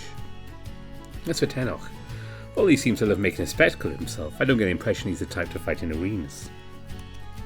He even goes so far as saying I'm worried about him receiving an injury. I don't know if he's got the constitution for this. While I'm lost in thought, several Anthicans scatter around the edges of the arena while carrying heavy vases. I realise they're wearing the usual blue garb of the clergy, but from where I'm standing I can't make out their brand. What are they doing? Priests of Fury, and giving the ambassadors powers they hear for our safety. It's true he nearly scorched my fur once while he's training, so I can't even imagine what he's capable of when he's given his all in a fight. Gideon is the first to enter the arena, raises his sword amidst the roars of the public, expecting him to be more reserved, but introducing himself as I would during a show. In a way it makes sense. There's one place a warrior of his stature can be himself, it's in the middle of an arena. Oddly enough, it makes the idea of this fight more tolerable to me, when I imagine it's a mere performance. Then I hear the prince clapping beside me. He's completely absorbed by Gideon's presence, looking at him with genuine admiration. I'm starting to wonder if the captain's a competitor on the path to the prince's heart. Either way, it's clear they share a passion for fighting. I don't intend to match them on that field. My eyes are riveted on the bodyguard. The applause rings out again, followed by whistles of discontent. I didn't notice Tenok's entrance right away, because in truth, I was expecting to see the green of his scales shimmer in the daylight. Instead, I catch a glimpse of the bluish steel of an armour gleaming as it appears in the arena, accompanied by 2 servants struggling to carry a huge spear. The Axeman's done a nice job with this armour, but is it functional? Your ambassador asked for an in-between of aesthetics and practicality, so I think it'll be functional enough. Wait, was the armour specifically designed for the occasion? The prince nods with a satisfied smile. Absolutely. It was custom made for Tenok by Frostian blacksmiths, so no matter who wins, our country will have something to be proud of. I think it's definitely the first time I've seen the ambassador so fully dressed. I wonder how much of a problem it is for him. He must be burning up under there from what he's told me about his powers. Well, that's one big spear. I wonder how he plans to use it, considering how heavy it must be. A joke suddenly occurs to me, but I know I'd risk a diplomatic incident just by saying it out loud. The ambassador knows a thing or two about spears, even if he's more likely to polish them than use them in battle. Meanwhile, Tenok seems to take as much pleasure as Gideon in interacting with the crowd. They are far less welcoming to him. It seems that even after all these years spent in the country, he's still a stranger in some people's eyes. That doesn't seem to affect him, quite the contrary. The ambassador starts to speak, while a brand of air is used to bring his voice to the ear of all spectators. You've all come here to witness the clash of steel and our blood being spilled. Unfortunately, I don't intend to give you that pleasure, because I'll make sure this fight doesn't last. The audience boos and whistles. The lizard laughs and bows. That's Tannock for you. Then grabs a shaft with spear and flames encircle the tip. Expect him to collapse under the weight of his weapon. He seems to be holding in position thanks to the powers of his brand. A sudden wave of heat hits the entire audience. The priests are forced to deploy curtains of water that stretch from their vases. Is it really all the heat he holds all day long? I imagine it must do him good to release all that. Impressive. Well, that gets interesting. Gillian will now be able to hold his heat indefinitely. The ambassador is probably just as limited by the use of his brand. So, will it be short? Oh, I doubt it. Surprisingly, because they're both strong, the fight will last as long as their willpower allows. The heat still manages to reach us. I can't imagine how much the arena's turned into a furnace for these two. I gulp as I imagine the situation to my full attention back to the fight ahead. The panther remains firmly on his feet while holding his sword with both hands. Don't even need to see the look on his face to understand how determined he is. Tannock, meanwhile, is the first to step forward, his spear pointed at his opponent, and when he does, he's so fast the sand rises beneath him. Gillian seems as surprised as I am by the lizard's vivacity, so much so that, despite his feline agility, he only narrowly dodges the tip of the weapon. It's expecting him to counter-attack right away. The violence of Tannock's assault caused him to lose his balance. The lizard who follows up directly by pivoting his spear towards the panther's flanks and attempt to strike him with the side of the weapon. As long as Tannock's spear is at a good distance from Gillian, I can see sprays of flame burst along the weapon. That's why he's using it to move it despite its weight. The captain narrowly blocks this attack. The impact sends him tumbling away this time. On top of that, the strike was so brutal his sword flew out of his hand and slid across the ground behind him. Spectators react with amazement and fright, as if the shock had been felt throughout the entire stand. On the other hand, Melbjorn seems ever more upbeat about the show he's been given. It's the first time I've seen Gillian lose his weapon during a fight. Given the weight of this thing, it's pretty clear it serves as a hammer as much as a spear. And as promised, Tannock clearly intends to end this quickly. Flames form beneath him, and thanks to them he throws himself into the air while grabbing the handle of his spear with both hands, before falling back heavily where the panther is. This time Gillian has an easier time dodging the attack and takes advantage of this brief respite to retrieve his sword or return to his fighting stance. The sand kicked up by the impact of Tannock's blow against the ground almost conceals him as he straightens up to face the captain again. Despite the fact the lizard has the upper hand, it's clear that he's no warrior. His movements are flashy and predictable, especially for someone like Gillian, and only his powers allow him to surprise the panther. Even though I can't see it from here, I note the latter was able to absorb some of the lizard's flames, even if he's careful not to use them too close to his opponent. From my own experience, that means Gillian won't let go until he's completely unconscious. After all, he must be strengthened by all the power he's been able to absorb. Already longer than I thought. It's amazing those two are still standing. I hope they won't push it too far. Once again, Tannock braces himself to charge Gillian, his spear pointed straight at the feline as flames like the contours of his weapon to keep it raised. And suddenly flames spread across the ambassador's back before raising high into the sky, forming what appear to be long wings. New cheers erupt from the audience. It seems that little by little the lizard is winning their hearts.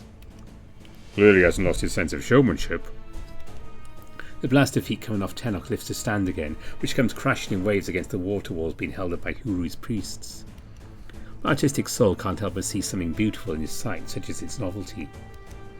Suddenly, propelled by the flames, the lizard charges Gillian.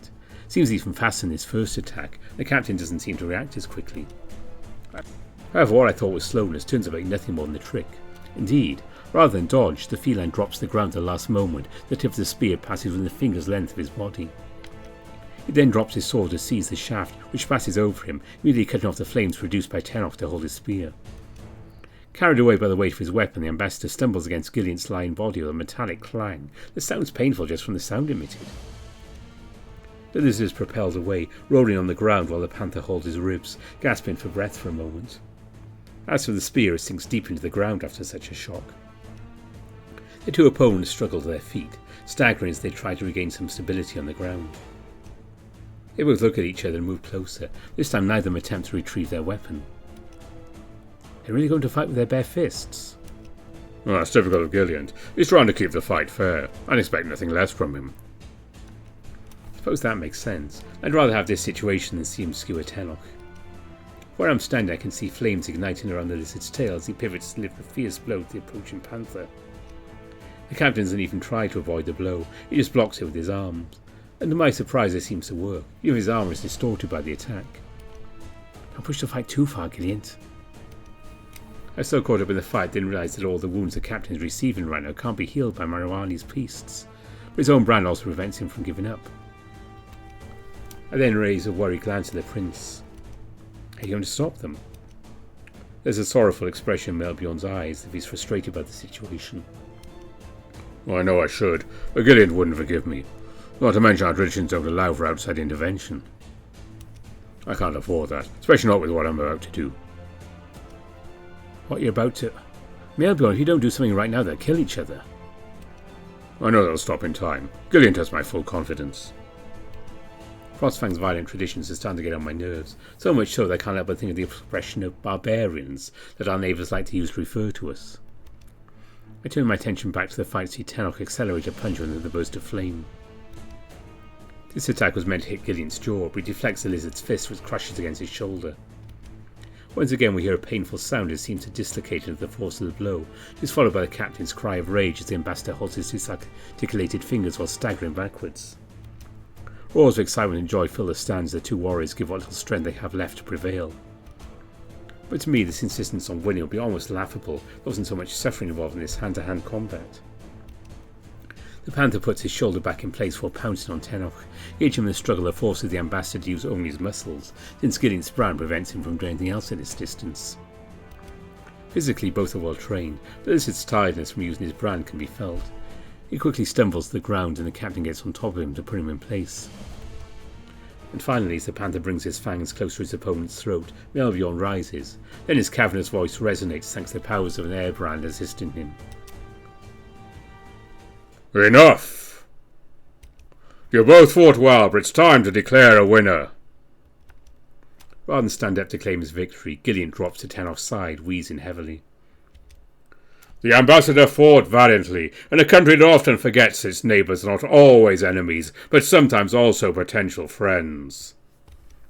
The prince sweeps his gaze over the crowd, as if he could judge every anthocon in it before he resumes his speech. On the other hand, Gillian prevailed thanks to his discipline and training against the powers of a brand that would terrify the bravest of our warriors.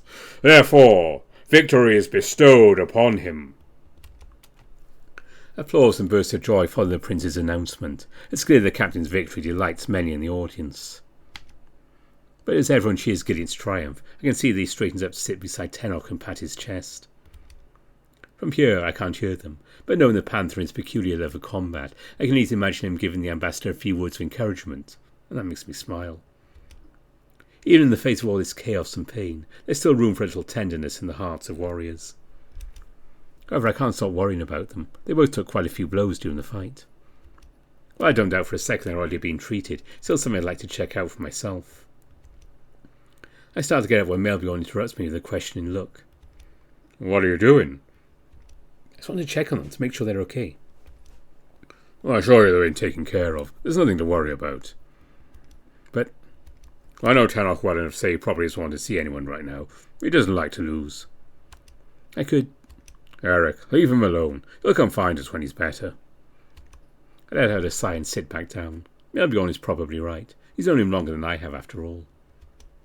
We spend the rest of the day watching fights, and I have to admit they're not as exciting as Tenok and Gillian's showdown. However, the rest of the audience doesn't seem to feel that way. They always seem to get more excited at the thought of warriors beating the crap out of each other. That said, the alcohol thrown into the stands probably has something to do with that. So I observe the crowd more than the arena itself, for as if my gaze is meeting one of the nobles.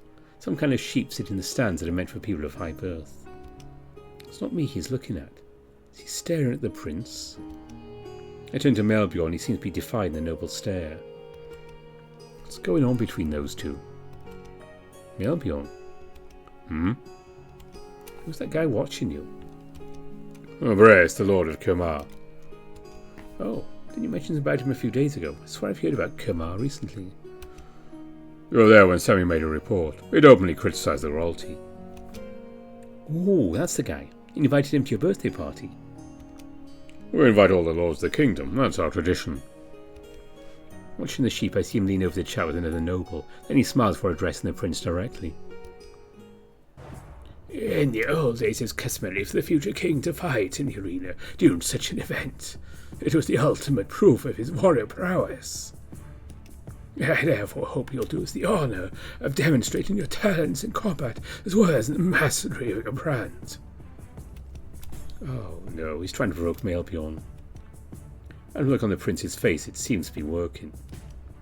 As these thoughts cross my mind, laughter echoes in the stands. This quickly stifles as the bear rises. Well, what a good idea. Melbjorn. No, Lord Brace is right. No king worth his salt avoids combat, right? The sheep's snide look disappears to give way to what appears to be surprise. We should face each other, you and I. I'm sure the people will love it. Aeon speaks in a low voice so the rest of the tribune can't hear him. His word look makes his feelings obvious. Don't do that. Your pride gets the better of your might. I know what I'm doing. It's time I set my own path, Father. He then steps forward, leaving no chance for the kings to stop him, lest they undermine their own power in the gaze of all onlookers. Annuant reacts by grabbing him by the arm in the hope of bringing him to his senses. What are you doing, Eric? Life's already full of pitfalls. You need to really intend to add to it? On second thought, yes. I think it's the right thing to do in that case. Melbjorn spent a good deal of his time explaining to me that I was the only one who dared to be frank with him. Don't need to get in his way, I just need to show him that I'm here for him. Please be careful, we all need you. The bear pauses for a moment, a thoughtful look in his eyes, then he smiles at me reassuringly. Don't worry, everything is under control. I gulp as I let go of his arm, then he walks down the steps to the centre of the arena. Brace always walks down into the watchful eyes of his family while maintaining an air of pride. I wonder if Melbjorn really is in danger. Would they really fight to the death over a simple quarrel? Once the two opponents are face to face, each gets into fighting stance. It doesn't look like they plan to use a shield, and the prince hasn't even put on his helmet. A priestess of Tesla uses a brand when the prince starts to speak, so that all can hear him. When the blood flows, I want you to be able to look me in the eye. Let all be witnesses that I'm not afraid to suffer if that's what the people of Frostfang desire. This explains the absence of a helmet. Theatrical, but dangerous. That kind of risk isn't his style at all. He's cautious and calculating, usually. Something's wrong. Without waiting any longer, the prince steps forward, slowly, without even taking his axe in hand. Brace, on the other hand, simply draws his weapon without moving. Come on, I know you're burning to get off your chest, Brace. Come at me! The bear's anger grows, but he maintains a steady pace as he continues to provoke the Lord of Kamar. So far there's been a lot of talk on your part, but little action. Are you afraid you might hurt your future king? I can see the sheep's brand glowing on his thigh, under his clothes, as he looks up to the kings as he has to ask their permission to defend himself. They seem too focused on their adopted son to see anything but Melbjorn. I won't hesitate to kill you, so give me a fight. His free hand Brace summons a pillar of rock that emerges from the ground, hurling straight towards the bear's flank. The attack is precise enough to penetrate between the gap of the princely armour, but Melbjorn intercepts it with his bare hands.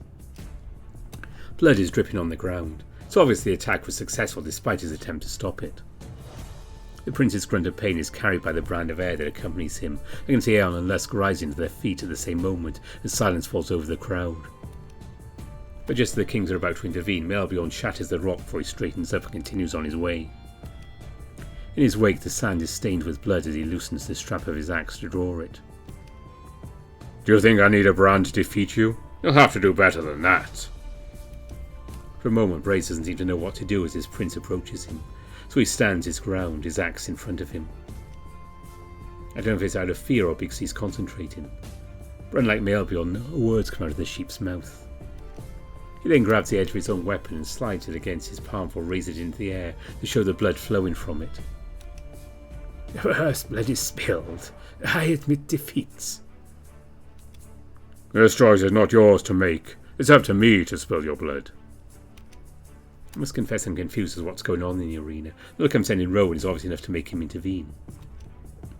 The rule of a fight is you're only allowed to surrender when blood has been shed. But Melbjorn is technically right. Brace can't injure himself to surrender. Why does he do it then? He must know the rules, I suppose. It's a desperate act, nothing more. To turn my attention back to the fight, the prince strikes the nobleman's axe with his own, sending it with ease into the sand a little further away. and finally strikes with the palm of his weapon to brace his jaw, sending him sprawling to the ground. Your former lords would have executed you on the spot. Be glad you fought during the reign of kings more benevolent than those who preceded them. The bear then turns to the stands and raises his axe in victory, prompting the vast majority of spectators to chant his name and shout with joy. As for me, I can't stop thinking about the wound he received. He's pressing it with his paw, and I hope it's not too deep. For a moment I feel the prince's eyes meet mine, and he flashes a smile. I don't know if that's what I want to see, or if my imagination is playing tricks on me. Let Orica be my witness. I will confront those who challenge my power, or that of my fathers, until they bend the knee. Our people persist thanks to a common goal, the desire for freedom that can be challenged neither by local laws nor by those from beyond our borders. And the old Frosty nobility has too often disregarded this right, for us to let them spit on those who freed us from their tyranny. As he utters these words, the prince extends the blade of his axe in the direction of his fathers, now with an inscrutable attitude.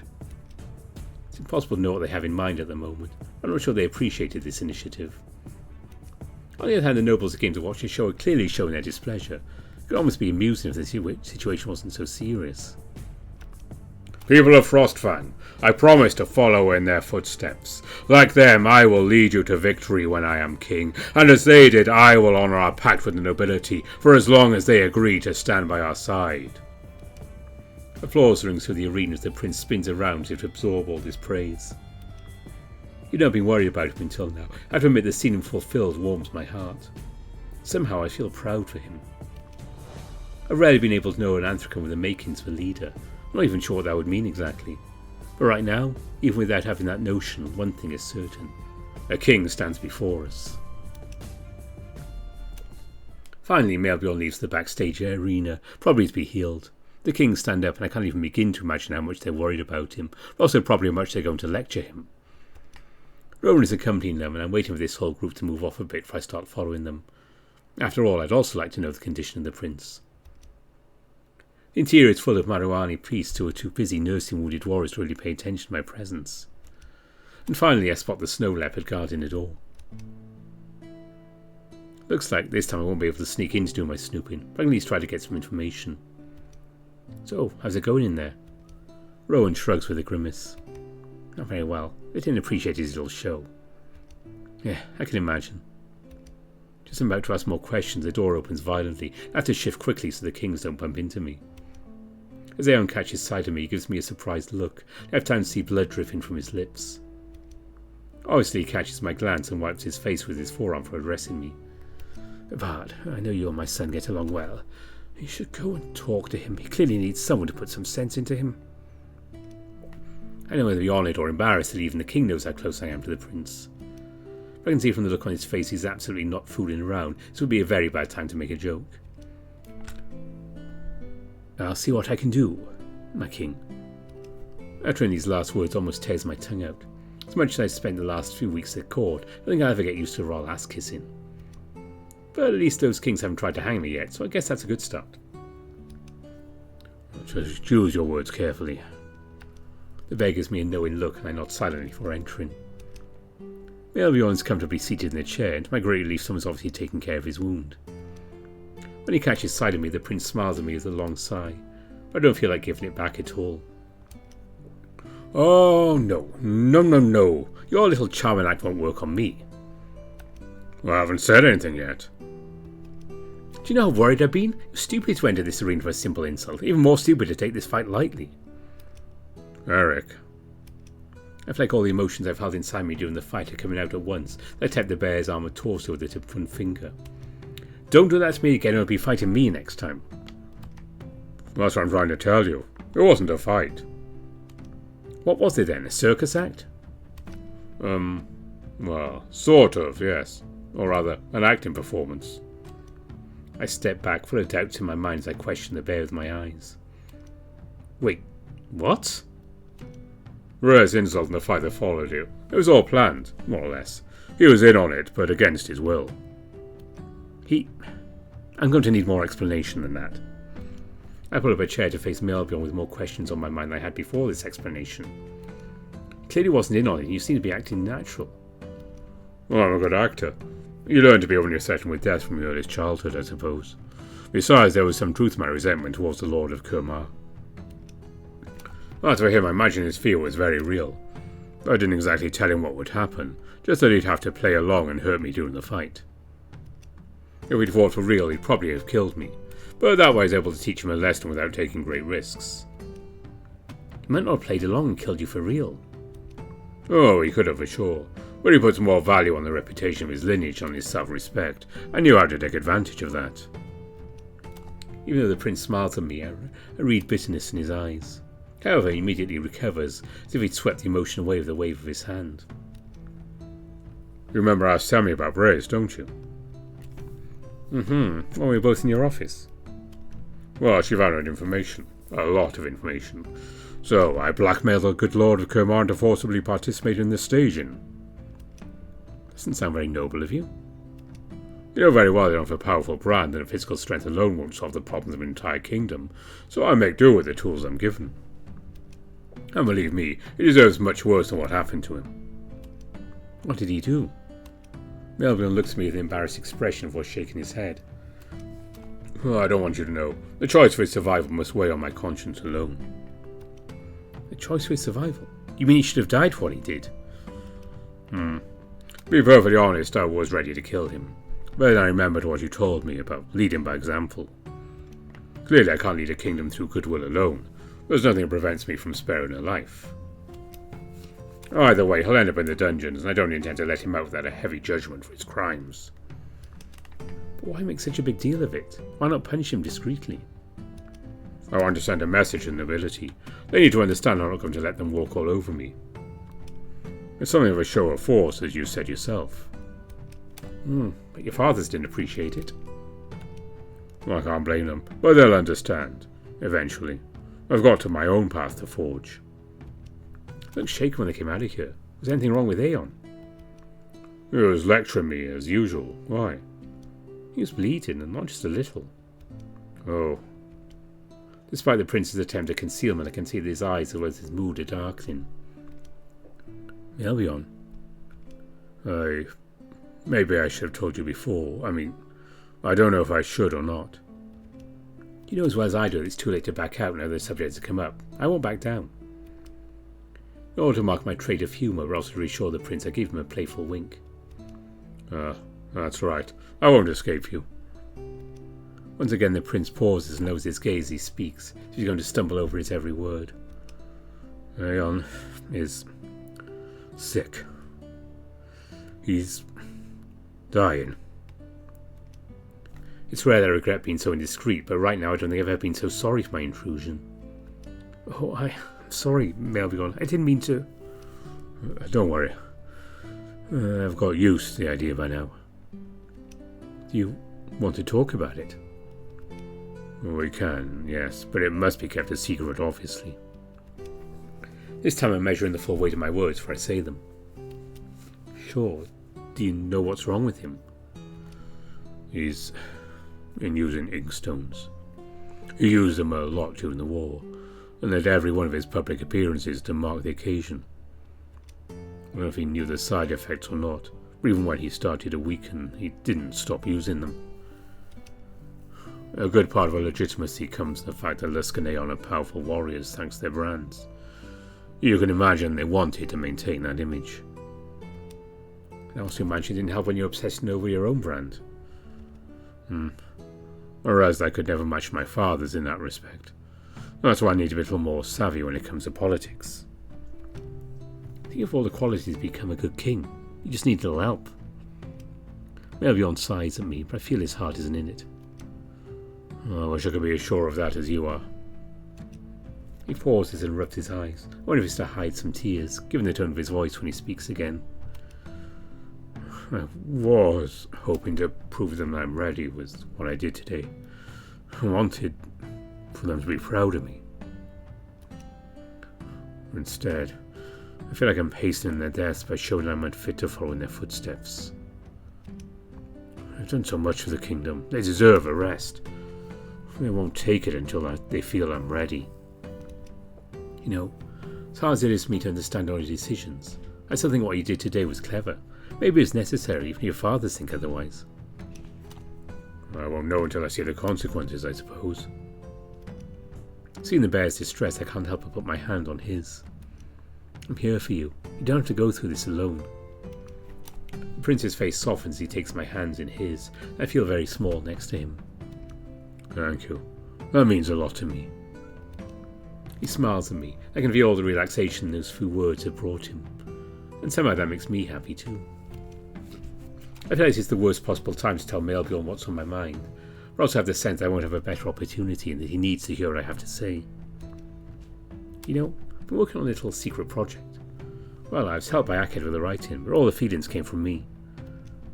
Obviously the prince's interest is piqued and he settles deeply into his chair, displaying an air full of curiosity. Well, I'm listening. Nervously I reach into my pocket about the crumpled paper I slipped in there. Shit. It's not the most presentable poem in the world, especially not in front of a prince. So, here's a poem written by myself and myself alone. Well, almost. The bear's laugh at this introduction relaxes me a little as I open the paper to read it. I've entitled it, King of My Heart. Obviously Melbjorn didn't expect me to be so forward with this title. Good, I'd like to leave a strong impression. Like a mountain you tower over me, O mighty warrior of the frost, and I beg you to hear my plea, for without you I would be lost.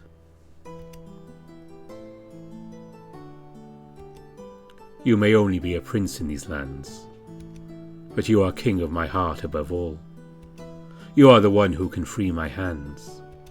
To lost love I refuse to be a thrall. You by your will, I by my songs. We shall conquer this kingdom.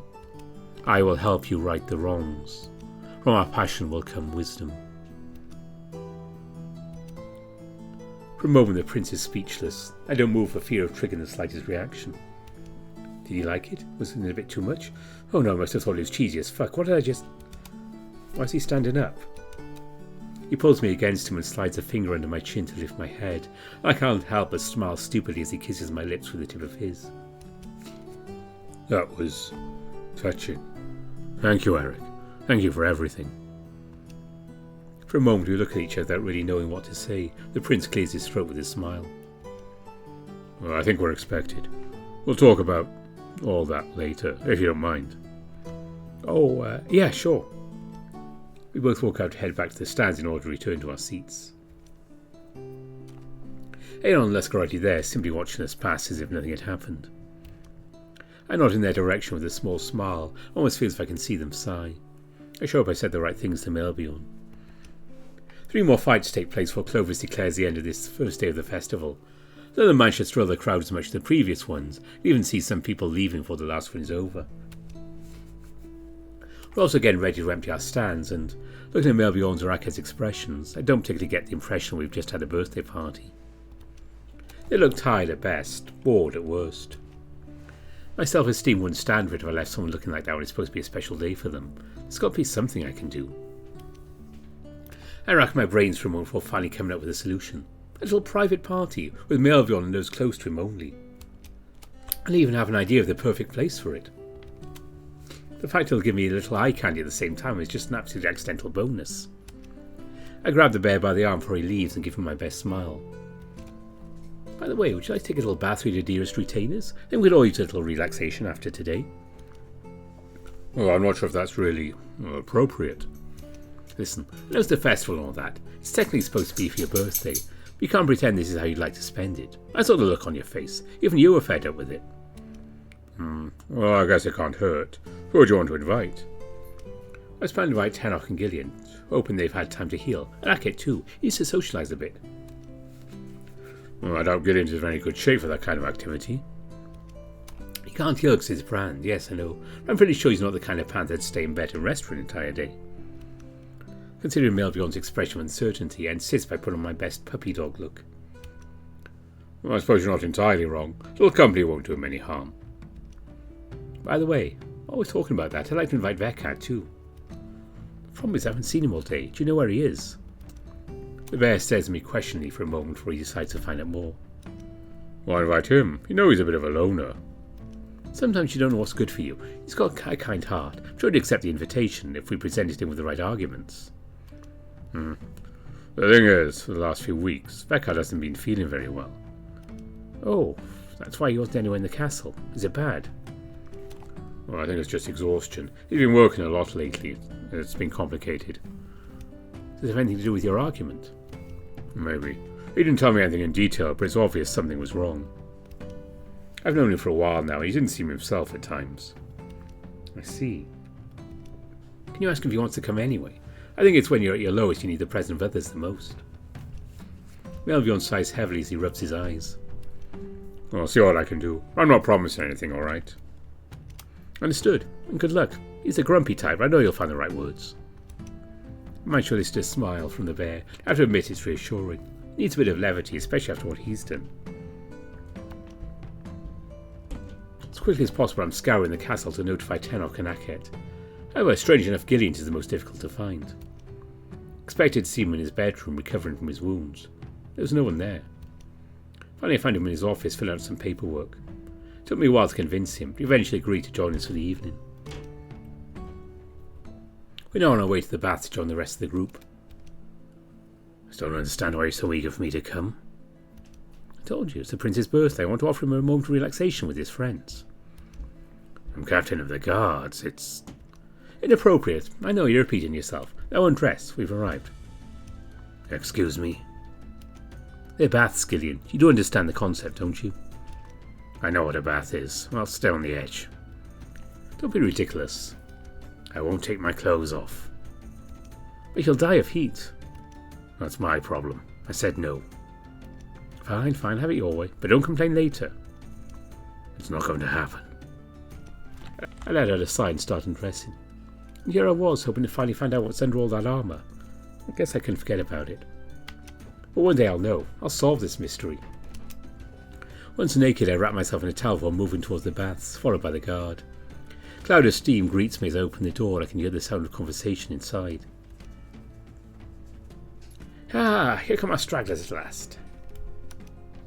Tenok, Akhet, Vekard and Melby are already immersed in the water, obviously waiting for us. I point to Gillian before stepping forward to dive in. Sorry I had to convince that grouchy panther. It took a while. I'm not grouchy. I think it's not appropriate for someone like me to be. Gillian, please do me a favour. Shut up and join us for a bit. It's my birthday. You can give me some of your time. That seems to be enough to keep the panther quiet. I sit next to the prince, not quite sure how to act. Granted, he kissed me earlier, but we haven't really had a chance to discuss it yet. Meanwhile, Gillian takes a seat on the bench next to the pool. He's really determined not to get wet. However, as I watch him, I can spot a small barrel at his feet, the appearance of which is familiar to me. Is this your Nadishtash? Yeah, absolutely. It's not a birthday party without alcohol. Tenok, I'm not here to get drunk. No one's forcing you to go that far. You've got to admit that everything's more fun with a little wine in your veins. Once I agree the ambassador, my prince. Ha, see? Everyone's with me. I didn't say anything. And he who says nothing consents. What's this bullshit again? Just an old expression Tenok uses to impose his ideas. I'm just saying that alcohol won't hurt us. We can drink responsibly. You're going to be inappropriate. Might as well be inappropriate all the way. Yeah, listen, even the steel kitty is on board. The what? I'm sure it was a compliment. Well, this evening ends with anybody's trying to strangle someone. I'll consider it a success. Akhet laughs lightly. After a brief moment, his laughter spreads to us. Even if the situation is particularly funny, I get the impression we're releasing all the pressure built up during the day. Sorry, I don't know what's got into me. It doesn't matter. I think we all needed it. Tenok straightens up to lean over the edge, offering a superb, if I may say so, view is behind to everyone as he fills the glasses laid beside the barrel. Then passes them to us for raising his own for a toast. What if our dear Rob Bart would do the honours? After all, speeches are his job description, aren't they? You say it as if it bothers me to hear my own voice. I stick out my tongue at him and raise my glass as I clear my throat. Gentlemen, friends, colleagues, prince, guard, hunter, and ambassador. You managed not to forget anyone. I'm impressed. We are gathered here today for... Is this a birthday toast or is it a wedding? Hey, let me talk, would you? I also deserve to have a little fun. Maybe you should have a little fun a little faster. Come on, you two. Ackhead smiles with an innocent air. I take note, Mr. Falcon. I take note. Anyway, as I was saying, we're here to celebrate the birthday of the Prince of Frostfang, friend and future King NeveN. I've only been here a little over a month. I already say it's been a real pleasure as well as an honour to meet you. I'm sure we all feel the same here. So let me wish you a wonderful birthday. May the coming year be as good as it can be and followed by many more. To NeveN. To NeveN. We raise our glasses and drink heartily. I'm pleased to see a big smile spread across the prince's face. At least he enjoyed my little speech. Thank you. I haven't really had a chance to do this kind of thing since... I don't even know when. I can hardly say how happy it makes me. I told you this was a good idea. However, I'm not the only one to congratulate. You deserve it too. We deserve it? Of course. You gave us a great performance today. I don't think I've ever seen such a show before. In fact, you're the only person in the world able to do what you did helps a little. By the way, not bad that little trick with the planks. Thanks. It was a collaborative effort. I wouldn't have been able to do all this without Ackhead. I just played. When you play beautifully. I'm curious to hear what else you can bring us. Osher Falcon blushes as I smile wider. It's nice to see his work acknowledged. I haven't said that. I don't think I'm a descendant of Agal. If we go by the text, we don't even know if he was a brown bear. That's just details. No, you are, at least for those who are present today, and that's what counts, isn't it? No one could prove otherwise. It'll only increase your fame. Well, I suppose so. But anyway, thank you. A silence ensues during which we simply enjoy the warmth of the baths. And now, do you have any plans while we're all here naked? I know where parties like this one usually end up. I'm sure it'd be to everyone's taste. Although Tenok would probably be up for it. By the way, why the baths? I don't think it's a usual place for a party. Thought this would be the only place in the castle where we'd have some peace. This goes to show, even you can have good ideas once in a while. Hey! You're right about that. We won't be disturbed here. That's what we could do if our favourite bunny doesn't have an idea. I fortunately have one. All eyes turn to Tenok, who's clearly enjoying the attention. It's a pretty classic game in Kazal. It allows us to drink and learn nasty little secrets about our friends. I'm not sure if that's a good idea. Oh, don't worry, it's innocent. No one's forcing you to drink a lot. One sip can be enough. It's quite simple, really. Jules will take a turn announcing the truth about himself. Something we've done or something we'd like to do. If it's true about you too, you drink. How do we win? We don't really win, that's not the point. It's not a game if there's no winner. Well, that's easy enough to fix. Let's refill our glasses and take a single sip when we have to. The last one to finish his drink wins. I suppose that could work. We don't have to explain why we're drinking, do we? I should feel like anything's stopping you, but we're not going to force you to say it. Tenok smiles and stands up to refill everyone's glasses. So, are you in? Yep, I'll call in dirty little secrets. It's neat and just the way I like them. I can try. If it gets out of hand, I'm calling it quits. I guess I'll follow along. Perfect. Our glasses are refilled and Tenok returns to his seat with an amused glance at our group. I suppose it's logical to make me start. I guess we kick things off with a classic. I'd like to sleep with someone here. Almost at the same time, NeveN and I raise our glasses to take a sip, drawing stares from everyone. Anything you two want to tell us? Nothing that concerns you. I believe we have the option to keep things to ourselves. Tenok merely sneers back. My eyes turn to Ackhead, next in line in our game, catch a brief movement of the corner of my eye. I turn my head just quick enough to see Gillian taking a drink as quickly and discreetly as possible. It's obviously noticed I've seen him, see, just as I'm about to say something, his gaze locks into mine and makes his intentions clear. I think I'm dead if I say anything. Message received. It's my turn, I think. I just need to come up with an idea. You have to ask the same kind of questions I do. I'd really appreciate it if you didn't. Beckard, relax a bit, will you? So, I know. I've walked in on my parents having, well, you know. I think everyone gets the idea. However, this suggestion seems to be considerably less successful. This time Melvion's the only one to raise his glass. Really? Did you get to see royalty fuck? I wish I hadn't. It's not the kind of show I like to remember. Oh, but in that case you might answer one of Frostfang's greatest mysteries. Tell us about it. Which one screws the other? I have to admit I'd like to know too. Eric! Well, I'm curious, that's all. I bet it's Aeon. I'm sure the tag likes to be tamed in private. Need I remind you we're talking about our kings and the lords of this domain? Come on, we're just joking. There's no way I'm answering that. Melvion pauses and smiles with a mysterious air. Well, I can tell you, however, that Aeon knows some very original ways to use his brand. I need details. I want to know absolutely everything.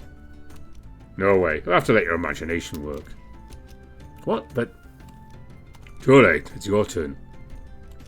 I glare at the prince. Is he really going to leave me without an answer? Alright, it's my turn then.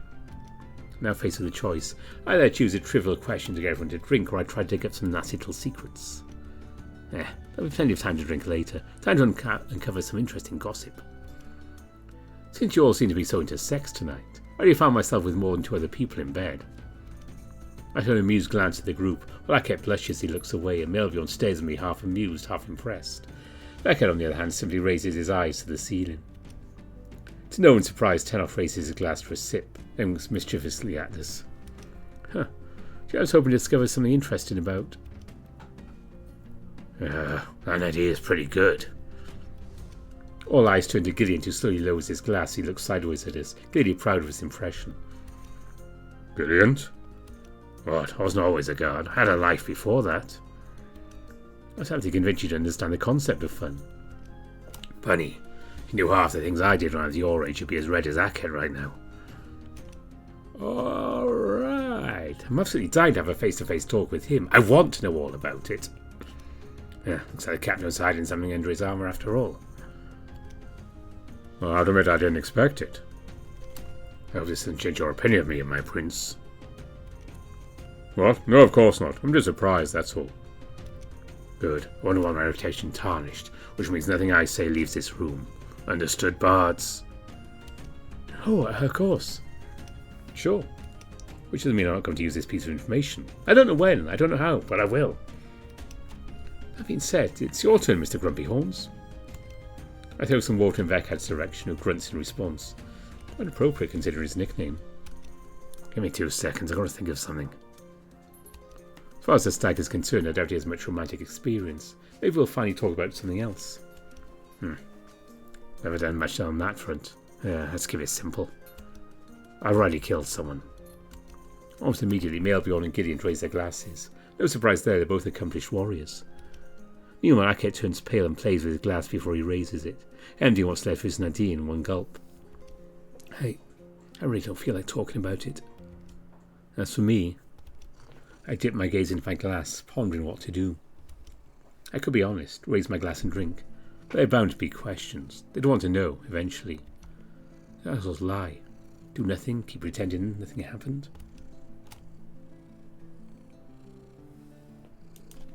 I take a long breath and empty my glass. I'm going to need a lot more than a sip for this. Eric? I don't particularly want to talk about it either. A silence ensues. Vekad's question had unexpected consequences, not exactly pleasant ones. It's finally a hiss from Tenok that breaks it. Well, I didn't expect to be the only pure and innocent person here. Maybe I should be getting wary. Who knows, you might all be out to murder me. With that kind of reaction, it'd be understandable. That seems to lighten the mood and we relax, except for Vekad.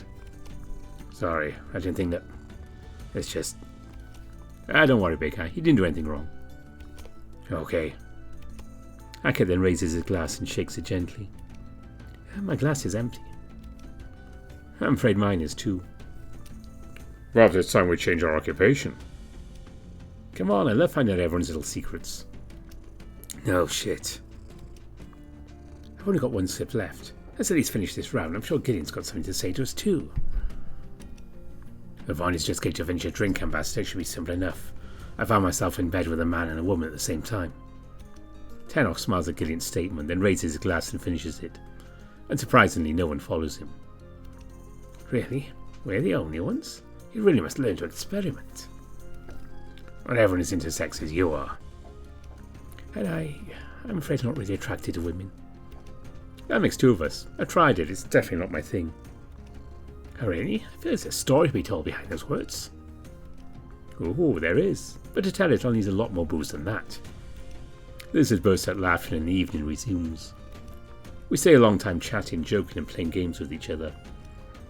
It's not necessarily the most flamboyant evening I've ever attended, but I can say it's one of the most enjoyable. I'm simply surrounded by friends and I feel good with them. What more could I ask for? As the night begins to draw in, the fatigue of the day is also being felt. Gentlemen, this evening has been quite pleasant, but I'm afraid I must leave.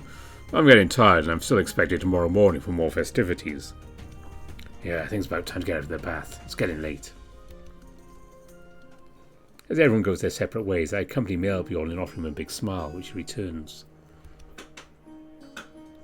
So, how do you like that birthday party? Oh, it was fun. Just fun?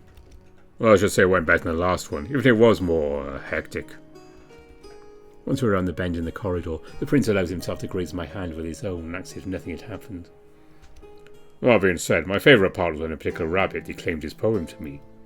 I must confess, I didn't expect Melbourne to come back to the subject so quickly. Ooh, have I hit a sensitive spot in the princely armour? Certainly. Fortunately, we soon arrive at his bedroom door. He then turns to me without ever losing his smile. Listen, Eric, I think I've beaten around the bush long enough. I'd like you to be my companion. Oh, you mean as a couple? Isn't it what you want? Well, yes, of course it is. I still have a couple of things to figure out about myself, but I don't think that'll be an obstacle to our relationship. The prince laughs slightly before catching my hand in his, then bends down to place a kiss on it. I feel a lot of sensations at once. The shiver runs through my body.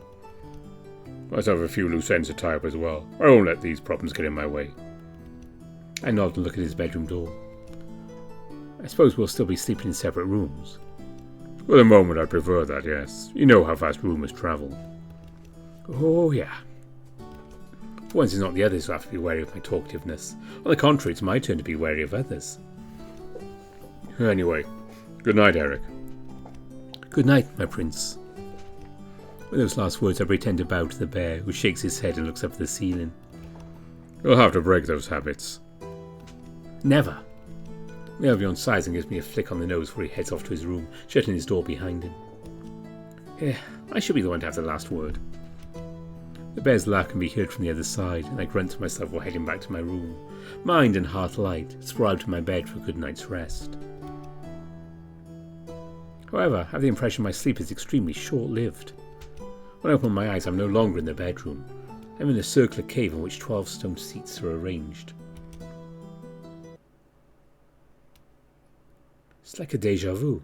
I've been here before. I've already explored this place. It's on the tip of my tongue. I can almost remember... Good evening, NeveN. The deep voice echoes through the room, comes from someone beside me, then resonates from the seat in front of me. It's Hyena.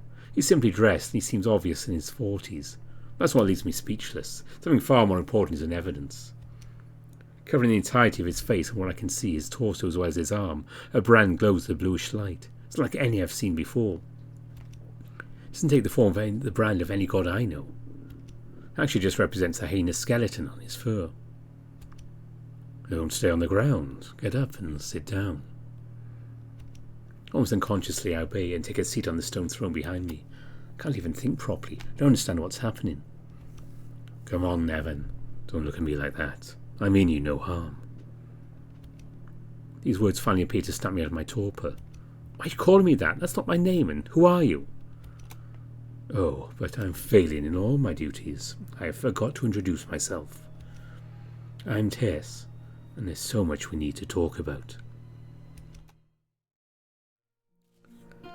That was a long video, but it was worth it to get to that final line. That's definitely one you don't want in the middle of a video.